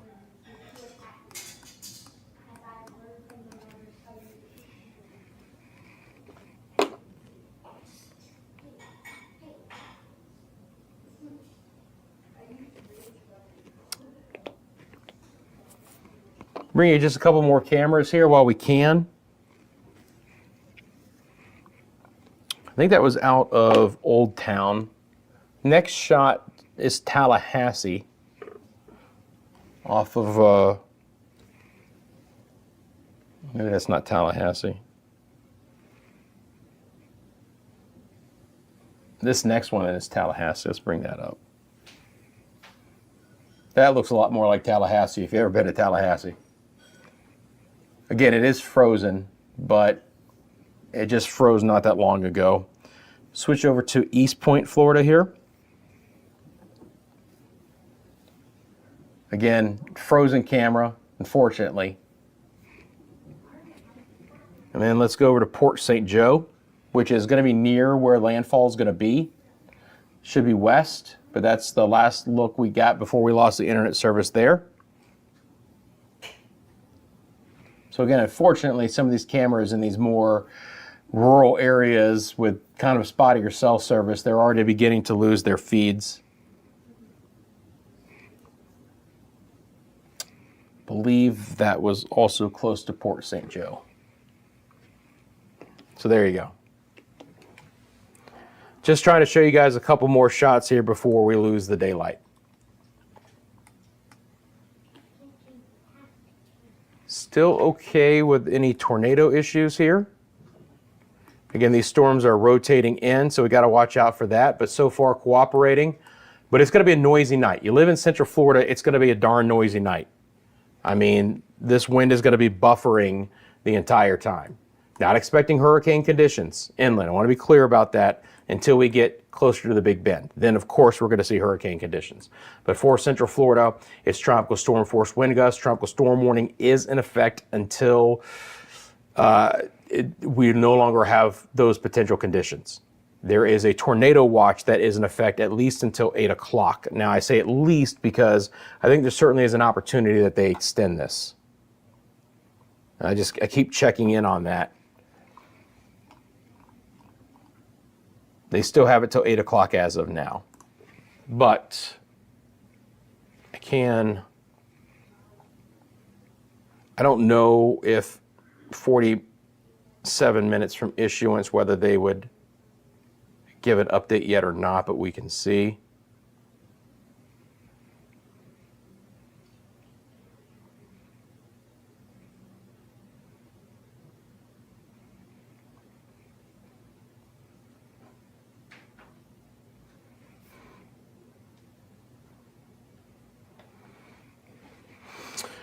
Yep, exactly what I expected. Without getting into the detail, the last sentence of this discussion says a new tornado watch will likely be issued. So we should, and this was at 7:02, so this was just 16 minutes ago. So for Central Florida, we should expect to fall under a new tornado watch that will be extended in time.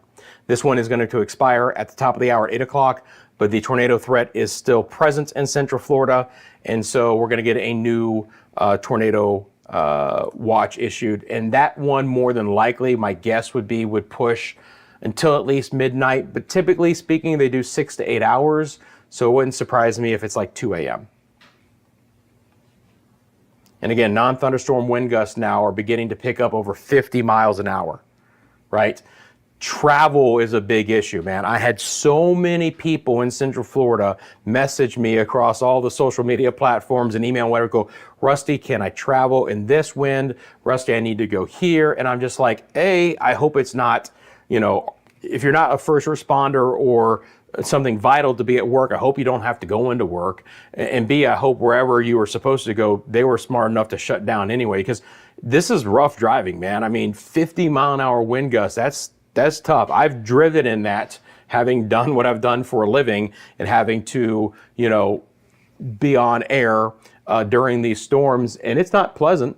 I mean, you can do it, but I wouldn't want to, especially in the dark, if you didn't have to. Now, some first responders and others just have to, and those who work in hospitals, and I get that, but we don't want a lot of traffic on the roadways here when we're getting winds of 50, 60 miles an hour, right?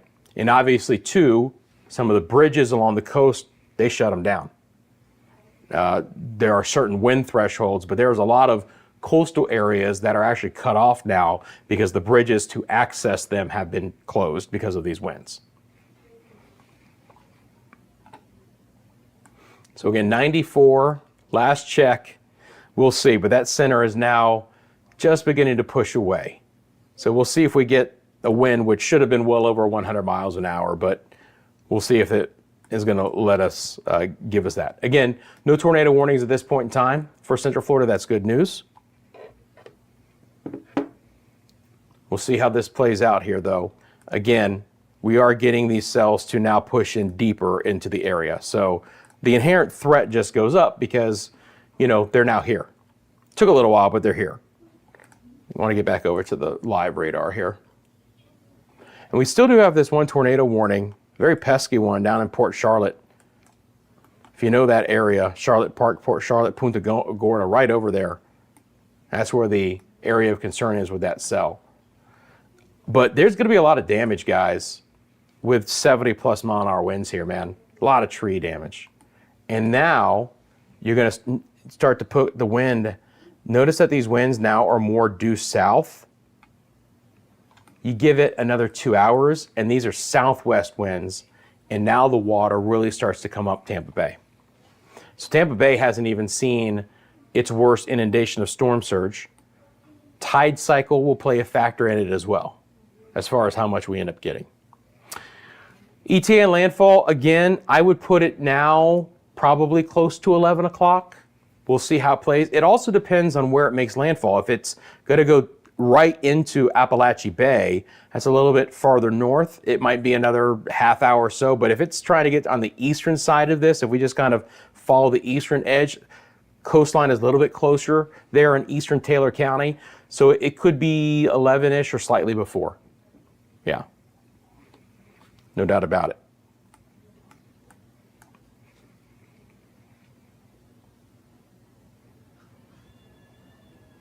Woo! Winds are howling. Winds are howling indeed. Hey guys, I appreciate you tuning in. Thanks so much. If you're new to the channel, thank you for liking this live stream. Thank you for subscribing to Central Florida Weather Live. Again, live only channel. When there is impactful weather in Central Florida, I jump on and cover it. Sometimes it's very short, sometimes it's for a couple of hours. Obviously, this is a different kind of stream because we're covering Hurricane Helene and its impacts. Now, here's what's going to happen, okay? I am going to be ending this particular live stream at 7:30, all right? Then we're going to cover the landfall of Helene and continuing to monitor Central Florida's weather over on our sister station, Media Mundo, okay? That's METEOMUNDO, right? And we'll pick up the coverage there starting at 8 p.m., okay? So I'm gonna take a break between 7:30 and 8 o'clock. We need to reset everything here and get ready for the Media Mundo coverage. So just so you guys know, but know that I am going to be covering Central Florida and all of Florida. That will be part of the coverage. It'll just be a little bit more broad, a little bit more expansive. We'll obviously be talking about what's going on with the storm surge a little bit more up in the Panhandle for landfall, but any tornado warnings that are associated with Helene across our area, I'll be covering those for you guys in real time. So I hope you have the ability and will want to come over to the Media Mundo channel. So again, I'm just going to type it in the screen here. If you were to search this term, you would find it. Yeah, and I spelled it right too on my tablet. Boom.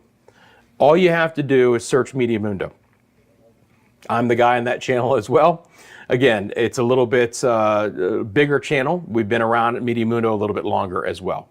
Okay, so again, appreciate you guys finding me there at the top of the hour at 8 o'clock. I'm going to make a stream, probably one that's scheduled for 8 o'clock, and so you can find it that way on YouTube as well. But I'll be with you guys for the next couple of minutes. But it's going to take just a little bit of time to kind of reset everything for Media Mundo. Again, here come the Hurricane Reconnaissance aircraft coming into the storm, so we're monitoring that. Appreciate you, Garrett. And again, 94, the last check there at 650. Holding on, trying to, right? But again, this storm is racing up to the north. We're also going to get the next intermediate advisory from the Hurricane Center at 8 p.m. as well. So we'll have some new information to pass along there too. Yeah, appreciate you, YouTube Streets. I got you. Yep, we're gonna take a break, just kind of reset everything. Really, it's going to be a lot of the same coverage. We're going to look a little bit more into exactly where Helene is going. I mean, obviously, again, on this channel, I'm really focused in on this area, but this will still be very important to go along with the potential landfall areas as well. So just a little bit more broader coverage in general for us here, but not much of an appreciable difference overall, but just bringing in a little bit bigger audience. But we want this channel to continue to grow.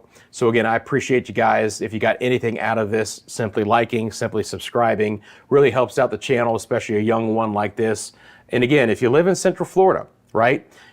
The other big thing about this channel is have the notifications on. Because this is a live only channel, you're not gonna get inundated with notifications. If you get a notification, it's because I'm live, and there's a reason for you to tune in.